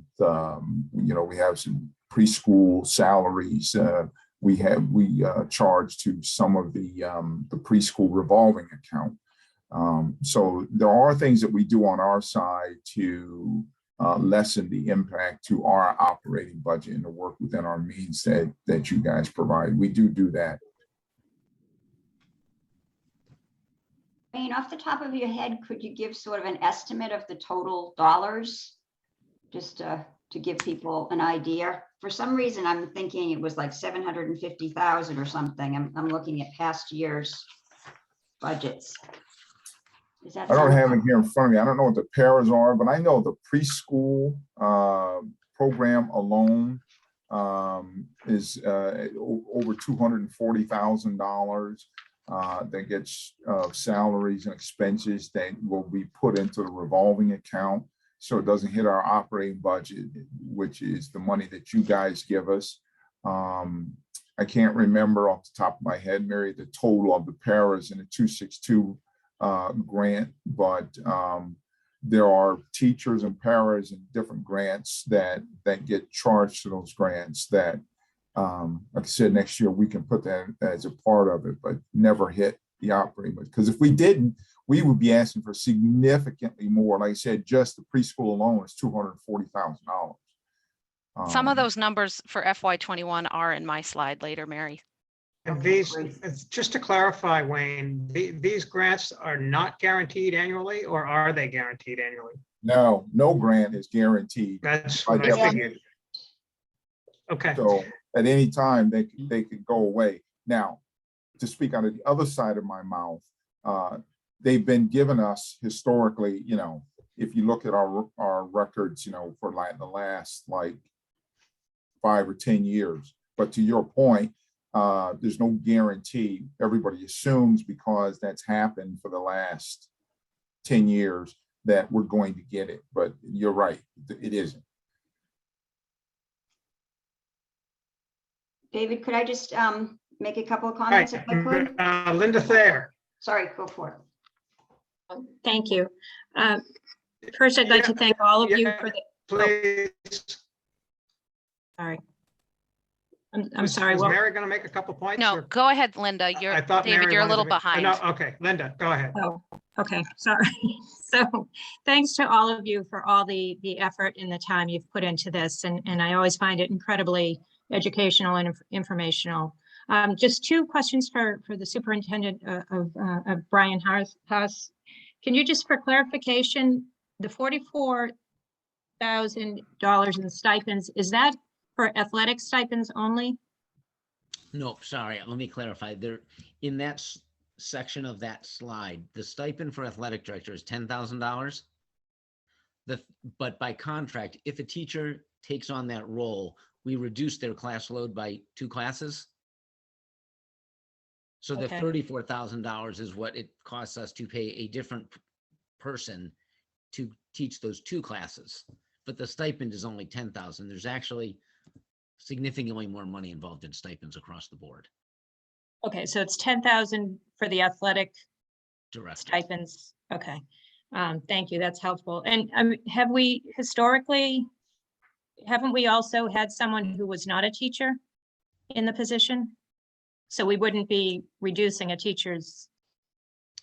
Somebody probably who has been around a little longer than me. I know prior to Mike, we've had Kevin, who was a teacher, then an administrator, which means he's not covering, we may not have to pay for coverage of classes, but we're reducing his capacity, whoever it is, to be doing whatever he should be doing.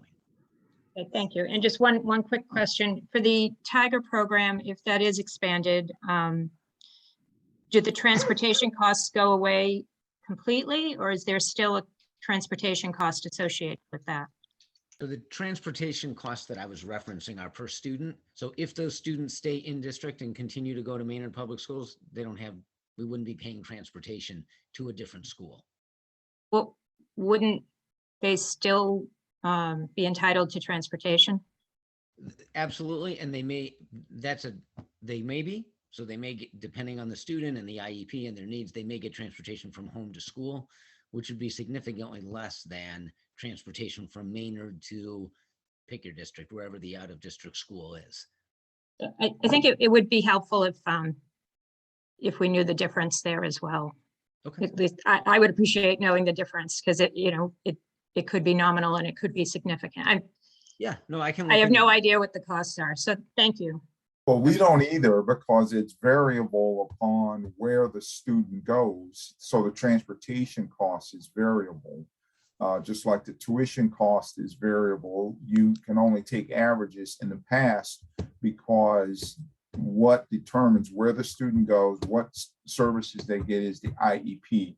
And there's no way you can predict that. It could be as small as $15,000, $20,000, or it could be $100,000. So we have no way of predicting that. Thank you. I was specifically referencing transportation. So I think there'd be we must transfer some students within Maynard to Maynard schools on this program currently. Well, they Do we would not? fall under the regular transportation because they're coming to the school. So that's a sunk cost. That's normal transportation. What Brian was quoting was transportation costs that they would not be on those buses, but specific buses to take them to their specific out of district school. So are you saying that if a student is in the Tiger program, they live in Maynard and they go to the Maynard schools for the program, there's zero transportation cost for that student? No, I'm saying it's a sunk cost because we already provide transportation in general for Maynard students. Okay. Thank you. David, But if I may, it's 11:20. We still Yeah. have capital and other presentations, and I think I we're know, not going to have any.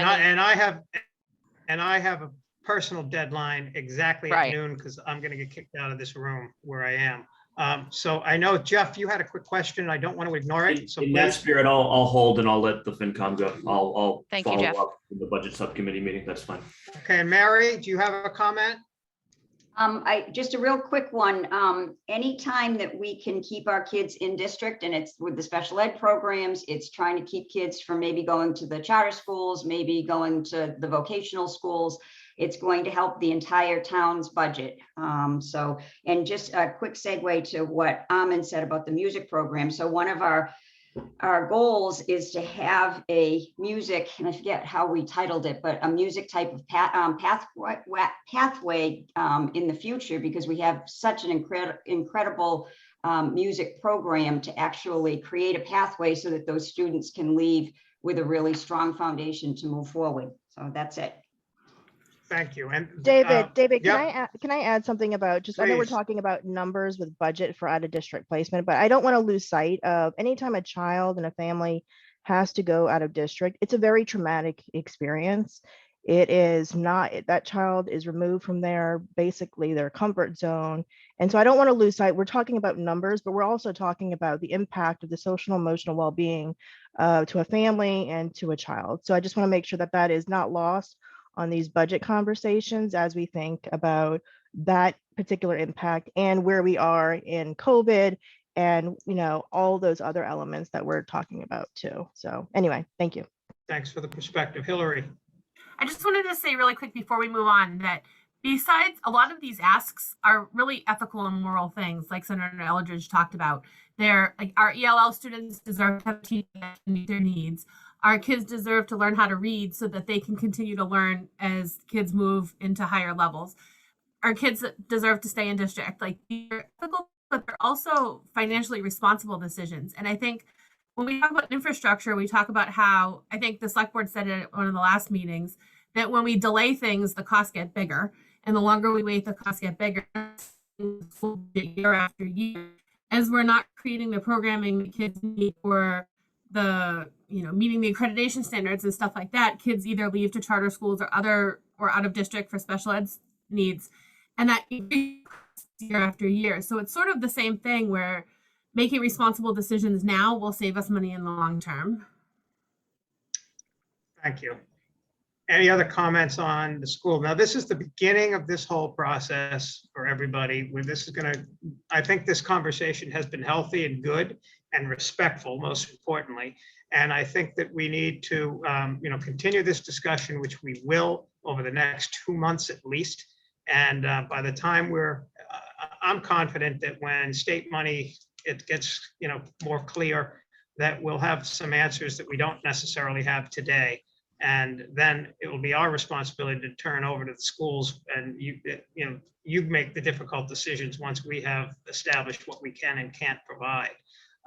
But I think I speak for the entire select board in saying that we're aware of these concerns, and we certainly are aware of all of the town-wide concerns. It's just we can't please everybody all the time. We can do the best we can, and that's what we intend to do. And we will keep our eyes open for all opportunities. Ken Estabrook had his hand up at one point, and I don't want to ignore, Ken, unless your question's been answered along the way, I don't want to ignore the fact that you had a comment. No, I'm going to defer it till later, David. Okay. All right, so let's move on. And on the agenda was the capital improvement plan was next on the agenda. Is there a presentation on that? Yeah, we've got a presentation. I can run through it very quickly. A lot of what we're going to talk about, Greg's already touched on in his presentation. Yeah. So do you think you can get it done in 5-10 minutes tops? I will do my best. Okay. I think we can glaze over a lot of this and hopefully not spark a whole lot of debate. So yeah, and I want to make sure that Hillary gets, Alana rather gets an opportunity to give her presentation, and then we may not have much time for discussion at the end, but maybe we can call a meeting at some point to have us all together again. So please. Excellent. Yeah. So thanks for having us. It's a fascinating world when you're talking about capital planning. So just jumping into it. Let's see, for some reason, there we go. This is John Kenchola, by the way. He's from the capital planning committee. And I'm sorry. No, I would just want to give him and John Larkin and McConkey and Doug Adler a lot of credit. That's it. Now go, John. Yeah. Okay. Thank you. Sorry. I would have done a better introduction, but we're short on time. So over the course of this year, we've done a lot of things. We refined our prioritization process to make it a little bit more objective, and a better process for moving forward. We continued work refining our capital planning model, and took our first whack at projecting 5 years of capital need. Throughout the year, we met with a few of the department heads to talk to them about their requests and their specific needs, to get a better understanding of what each of the departments, are looking for this year and projecting into the future. In addition to that, we toured a few of the facilities, the DPW yard and the senior center, because they do have some requests around that, and we're trying to get a better understanding of the state of things currently. So with our prioritization process, we've talked about this in previous meetings, so I'll just quickly run through this. We created 6 categories, the weighted categories, and scored each request on a scale of 1 to 10. And here are the 6 categories we use: where does it improve or aid public safety, comply with law or regulation? Does it save costs or improve efficiency? Is it an operational necessity, and how bad is it needed to be replaced? Is this in line with the community vision? And does this support new growth? The heaviest weight went to public safety and new growth, with these other categories having a little bit of a weight associated with them as well. We combined our scores, and then this was done in 2 phases. We did a first run where we scored each of the projects, calculated a difference, and then discuss those differences in the committee to get a better understanding of where each of our priorities lie. Then we ran through it again and updated our scores and calculated our final prioritization score.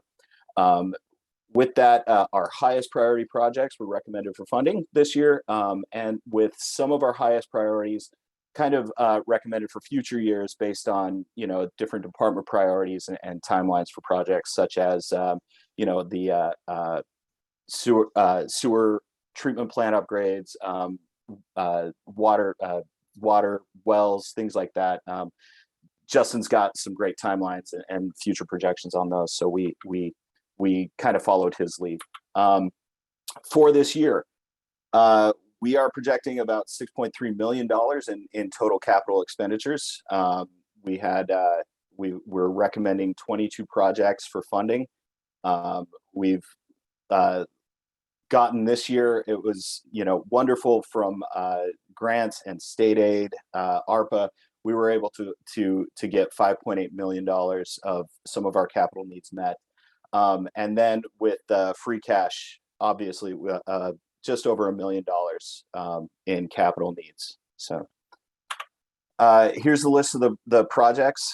And we decided to add a picture of our largest request, which was the high school bleachers. So finally going to get some movement on getting those upgraded and yeah, fixed up. So John, those are in alphabetical order, not in prior.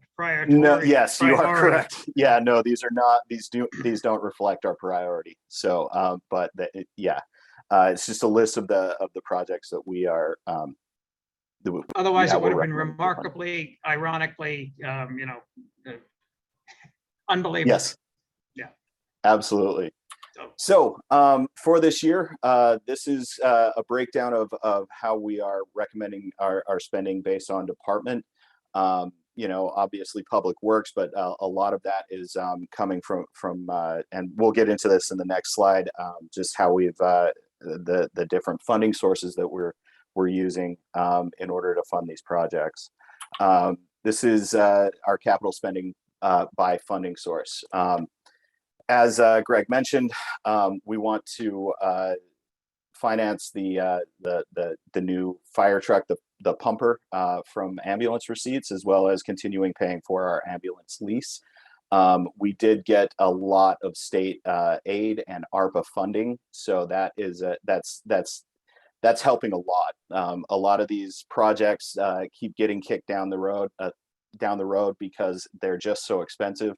And this is really getting us that the state funding and the ARPA funding are really moving us toward being able to get a lot of really needed projects with our roads, our water, the water, sewer, things like that, you know, repaired and functioning. From tax receipts, as Greg mentioned, this year we're not going to have a capital pay-as-you-go line item. So most of this is coming from free cash. So about just over $1 million of free cash spending. So that's the by funding source. And you can see here, we're actually spending roughly $610,000 on the schools, roughly $5 million for public works. And then public safety is also a large portion. So 5-year capital spending plan. This is our first run at trying to project what we are going to need moving forward. As watching Greg's presentation, we probably need to clean up some of our data on our existing debt service.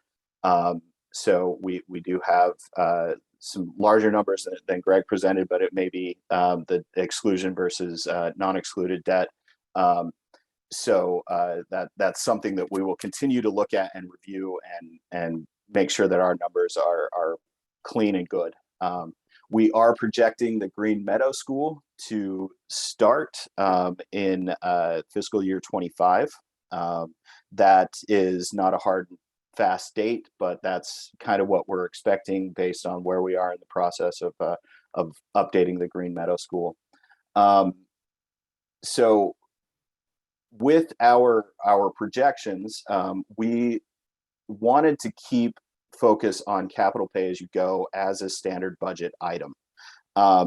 With what we spent last year, $121,924 in capital pay as you go. This year, obviously, that's zero.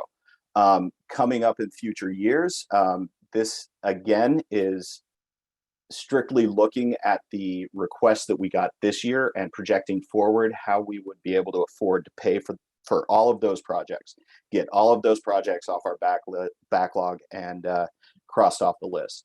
And that equates to around $500,000 a year, $400,000, $500,000 a year in capital spending just to cover the request from this year.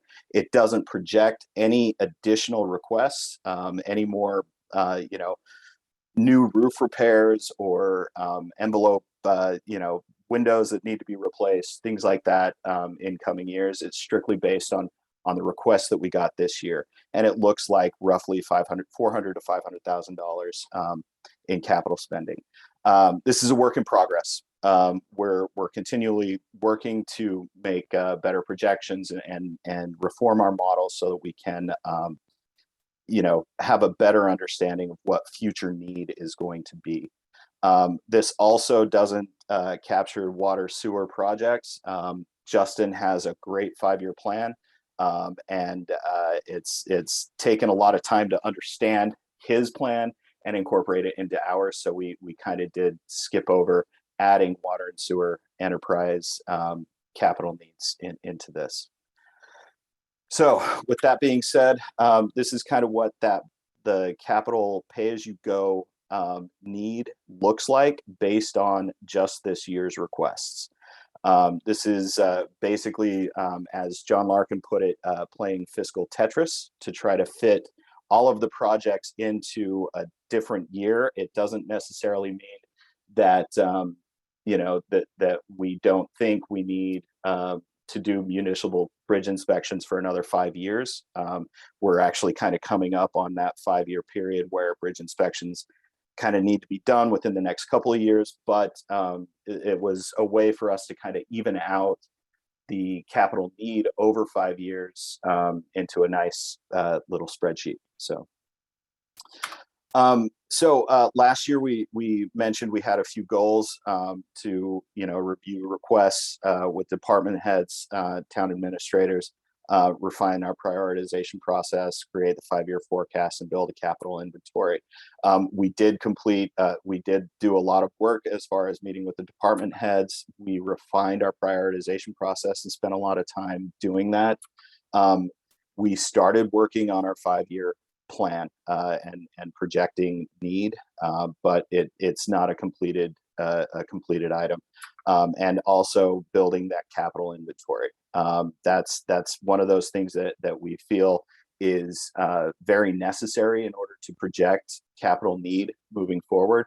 And it's also one of the hardest things to compile. So everybody knows what they need right now, but figuring out what they're going to need in the future is, that's a work in progress. So for fiscal year 23, we've got a few more goals. Continue building our capital inventory. That's kind of one of our primary goals, because that's going to give us the most information that we can use in order to predict what our capital needs are going to be in the future. We continue our work to create a real 5-year capital spending forecast that incorporates more of more of a prediction of what capital is going to be, rather than be reactive and just try to fit current requests into future years. We want to continue our work to partner with other town committees, like the CPC Finance Committee, things like that, to understand where we have some intersections that we can possibly get some of our backlog worked on. And then finally, we really want to work on quantifying our capital inventory depreciation, and try to establish some mechanisms to understand the life of our capital assets, how quickly they decay, and what efforts are being made to mitigate that decay. So that's all I have. I think I took a little bit more than 5 minutes, David. So Yeah, that's okay. Very good presentation. I wanted to make sure that if you can go back to that list that you had, the one that I commented on that was alphabetical. yes, I just want to make sure that included on that list is a senior center, and I don't see it there. Now, of course, senior center wouldn't be funded necessarily, well, it couldn't be, it just couldn't be funded through capital planning. But one of the problems that we've faced in the past is that projects come up of significance that have never been on the radar screen for the capital planning committee. And I'm not blaming you guys for that fact.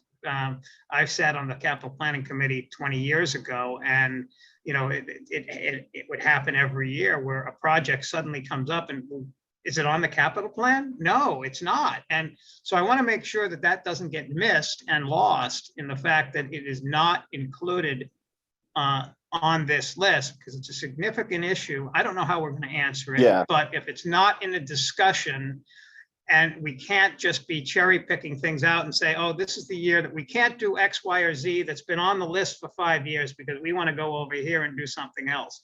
So I want to make sure it gets on the list, whether it's part of your discussion, larger discussion, or whatever, that it does become at least part of the discussion. absolutely. And this list is a list of the projects that we were actually able to fund this year. Okay. So Okay. we do have a backlog, an ever-growing backlog. It's a list that is quite long. It's in our capital spending plan spreadsheet. So I was actually looking for it right now so I can show you. But we do have quite a bit of data in here. And we've even to the point where we've got a historic record of the requests that have been submitted. And there was a submission from the Council on Aging this year for a new senior center. So we're tracking. At least it's on the radar and we can continue. It's not going to be a 1-year project. This is, look at how long it took us to get a fire station. Not that it's going to be that, but that's the type of situation that we're in. So the other comment I would make is that I really do think we need to make sure that our CPC is on board with our plans and consistent, so that we're all as a team, as a community, working together. I know that much of our recreation stuff, that probably is where the alumni bleachers would fall into, is taken up by the money that we have to pay off to pay our bond on the golf course purchase. So there's limited funds. But there's got to be other ways that we can be, funky with the, and I don't mean being illegal. I mean being, sort of, out of the box thinking with the way that the capital planning committee, not the capital planning committee, but the CPC rather, can work to help us fund some projects. Other communities get it done, and I hope that we can do the same thing, whether it be sidewalks and things like that, that other communities are paying out of CPC that we don't for whatever reason. So anyway, in the interest of time, we're running out of time. Armin. Just be very quick, and I think you clarified that the list that you were presenting to us is not the original list that you, I think, presented a while back to the subcommittee meeting, I believe. That's why I'm glad that you clarified that this is for the spending plan for what's coming up this year, and not what should be on the list of things to look for in the future. Yeah, absolutely. And there were a lot of requests this year. Sure. We were able to fund a lot of them, and some big projects, and that's thanks to the state aid and the ARPA money that we got. Well, thanks for all the work you guys are putting into this. No problem. And David, to your point of working with the CPC, I've actually this year I started as the capital planning committee representative on the community preservation committee. So we're definitely looking to collaborate more. Excellent. Mary. Just a comment and a question, John. The comment is, I am thrilled that we find that we're having a long-term maintenance and life needs so that we can plan down the road. I know Bob McCarthy, that was a big thing for him, anytime that we can look, so that we're not just dealing year at a time. So thank you so much for that. And it's obvious that you guys have put a lot of work. So do you also work with the revenue side of it? I'm thinking, and I seem to be in a solar panel rage these days, but like with the Maynard golf course, that maybe we can get some revenue by putting solar panels to offset some of our costs, or would that go strictly to Sterling? So as far as revenue, we definitely depend on Greg to tell us what we have to spend. So we look at need mostly and try to do what we can in order to maintain what we have. So, all right. Given that we, and Greg can clarify, but given that we own the golf course, I would think that if we placed solar panels of any sort on the golf course, it might be a danger to golfers. Chris would be able to comment on that. If we, as you're hitting them and damaging them. But if we put solar array on the golf course, I presume everything comes to the town as a benefit. I'm just thinking if we're putting a new roof on, this would be the time to do it. So. Oh yeah. Oh yeah. That's a why. good point. Yeah. Yeah, we can consider that, definitely. All right. Thank you. Let's move on. Alana, you're up. All right, thank you so much. Let me share my screen here. Sorry, that's not the right. There we go. Hopefully everyone can see this. Oh, I'm on the wrong slide though. How do I go back? Aha, there we go. Sorry, I'm not the most slide used to doing this. Hi, everybody. If you don't know me, I'm Alana Gustafson. I'm currently the chair of the Finance Committee. I'm going to go through this pretty quickly. We are very short on time. I will make sure that this goes up on our on board docs for you to take a closer look at later, should you want to. Could also invite anyone who wants to come to the Finance Committee's next meeting is February 28th. If you have any questions, you can join us there. I want to say thank you to everybody who has helped me with a lot of this data. I had to be quite a nudge to some of our staff, so I really appreciate Greg, Lori, Brian, Wayne, Justin, everybody that I had to bug for data. So thank you all very much. So very quickly, just going through what our goals are with this meeting with our leadership in general. Obviously, what we're trying to do is, provide adequate services to our citizens in a fiscally responsible way. There are a lot of challenges to that. Many of these have been hit on already. The fact that we are a micro-urban community, we have a small population to draw our funds from, but we also provide them with a lot of services, the services that you would have in a city. We have a lot of aging infrastructure. We have inadequate infrastructure. We have changing regulations, unfunded mandates, costs outside of our control. Some of those have been talked about today, certainly with regards to schools. And, there's a lot more in those costs. Rising costs, also talked about it already, healthcare, fuel, supplies, we're at inflation period, special education, all of these things. So what are we thinking in terms of trying to be as helpful as possible with this goal? And the big thing we've been talking about in FinCom and other committees is making sure that we're all aware, and I think we've been doing this better in the last couple of years that I've been involved anyway, that all departments are communicating, that they're understanding their needs, that we understand that everybody's budgets, outside of things like grants and things that come in from the outside, but the operating budgets are, all linked. They are all together. If you add, like we were just talking about, if you add personnel, then you have to add to benefits, things like that nature. The other thing that we've been talking about, and I know Bob McCarthy's name was put out there, he's been a big advocate for this when he was on the FinCom, that, year to year and reactionary type of budgeting process just really doesn't work. We need to look multi-year. We need to stay the course when we make plans. We need to be very careful about layered tax impacts. John's presentation touched on this a bit. We need to know when, and Greg's as well, talking about when the fire station can come on board, Green Meadows coming on board, water sewers coming on board. And we can't just look at these year to year and then say, okay, great. and have that tax burden, one, get close to our levy ceiling, and just in general, make it really hard for our citizens to afford. So this is just, I'm gonna not go through all these. Just some good news. It's always good to see some good news. We've touched on a lot of these already. COVID brought some specific COVID relief. We have ARPA. I want to thank Chief Stowers for being our CARES Act overseer. I believe he's going to do ARPA 2. It's a big job.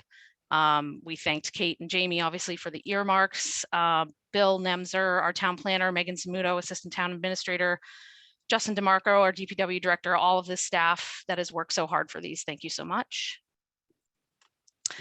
And then when we were talking about moving forward in the FY23 budget, this is a look at just the FY21 budget for school funding. The reason is because these numbers aren't available for FY22 yet, so I had to go back to FY21. The reason I chose school is because it's our biggest budget driver, and also they would be here today. I knew, looking at Greg's first draft budget, the school budget was one of the biggest topics of concern. So I chose the schools to take a deeper dive into looking at all of the ways that they are funded, because I think, as we've talked about moving forward, that this more holistic view is very important. And this is, sorry, a busy slide.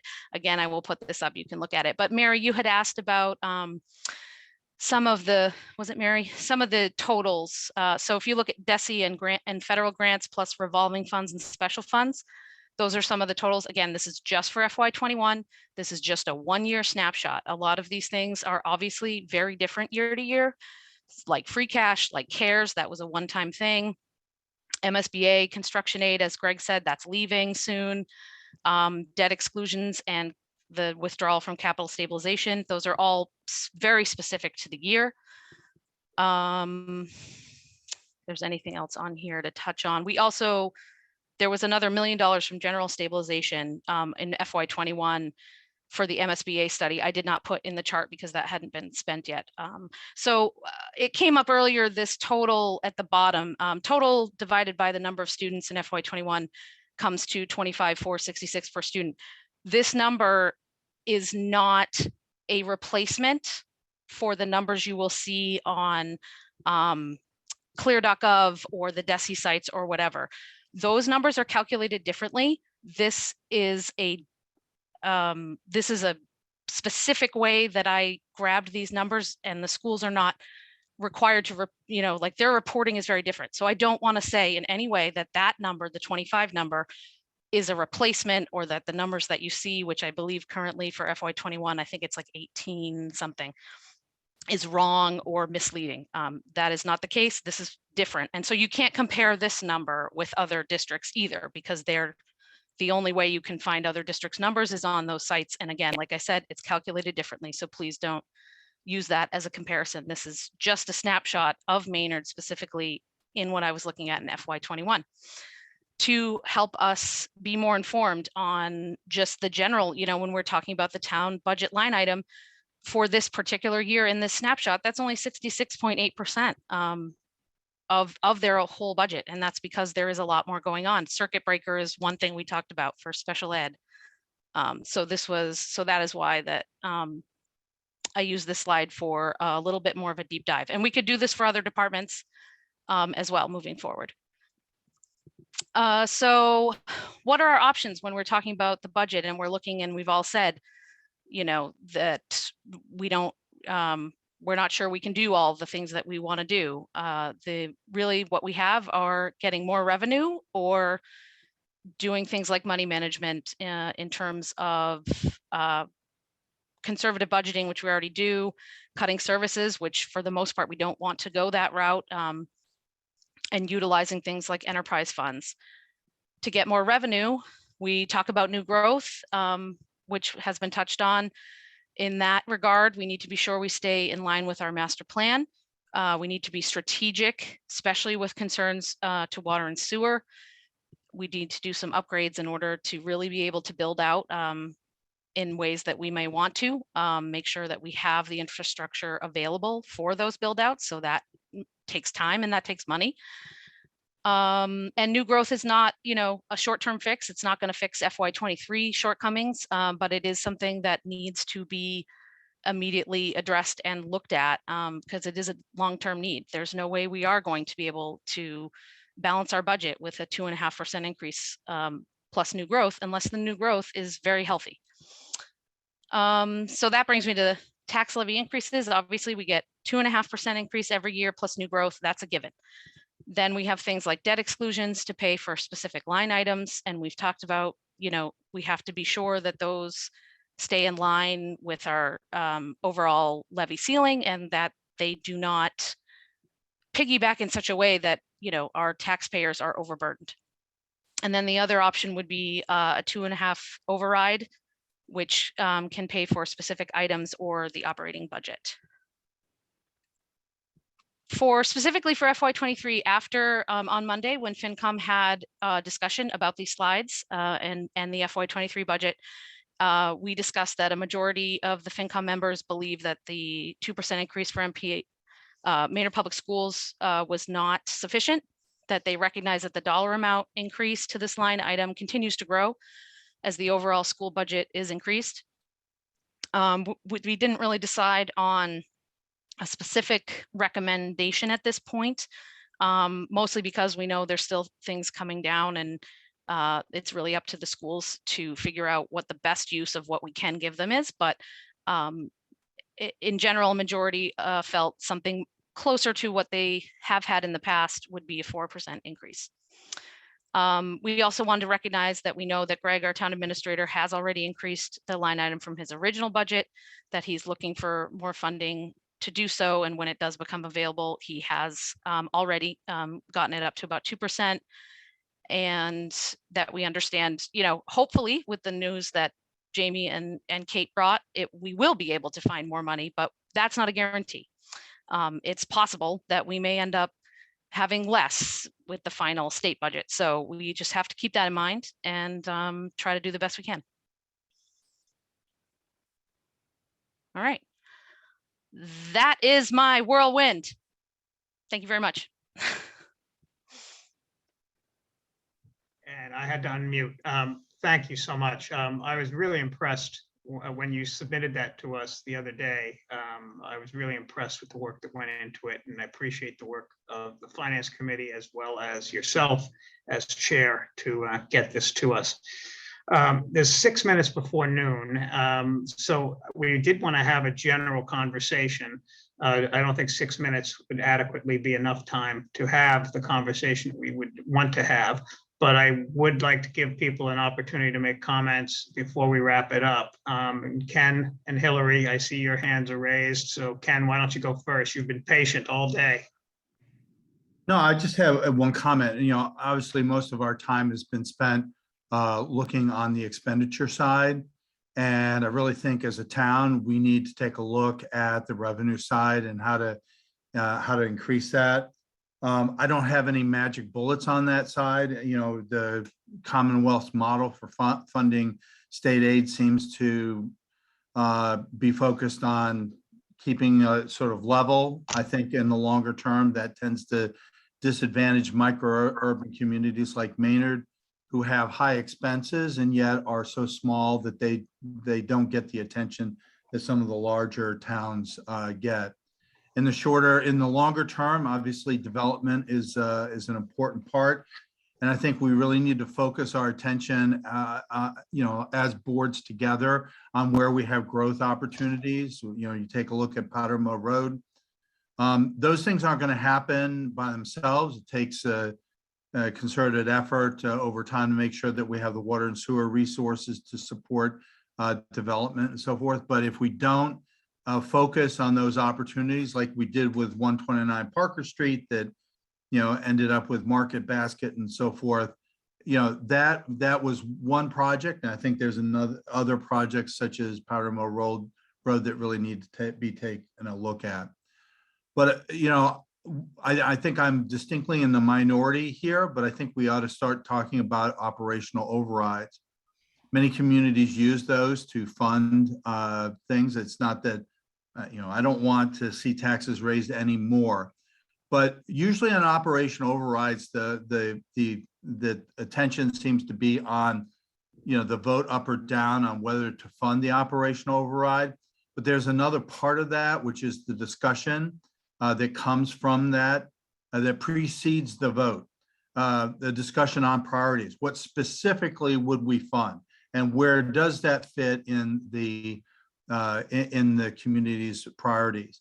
The reality is that we cannot as a town continue to rely on 2.5% increases when on the revenue side, when on the expenditure side, the expenditures go up at a much farther rate than that. The schools obviously are experiencing that, but I think other portions of the town are as well. We need to take a look, not just at the expenditures, but really at how we can increase revenues in the short term and in the long term to fund our priorities as a community. Hillary? I feel like I have to say a couple things about the FinCom presentation, because looking at the pie chart, it seems like it's sort of intended to say the schools don't need the money from the town because we're getting money from all these other sources. But things like receiving the $900,000 from MSBA doesn't help us meet the needs of the students. Like an ELL student still needs regardless of how much money we spent on a roof. And it also sort of looks like the town funding is only a small portion of the school's budget, but that's even more dramatic when you look at other departments. Like, look, if the DPW's budget from Greg's presentation is $2.2 million, but from CPC, there's $5 million, that's even more of a significant difference.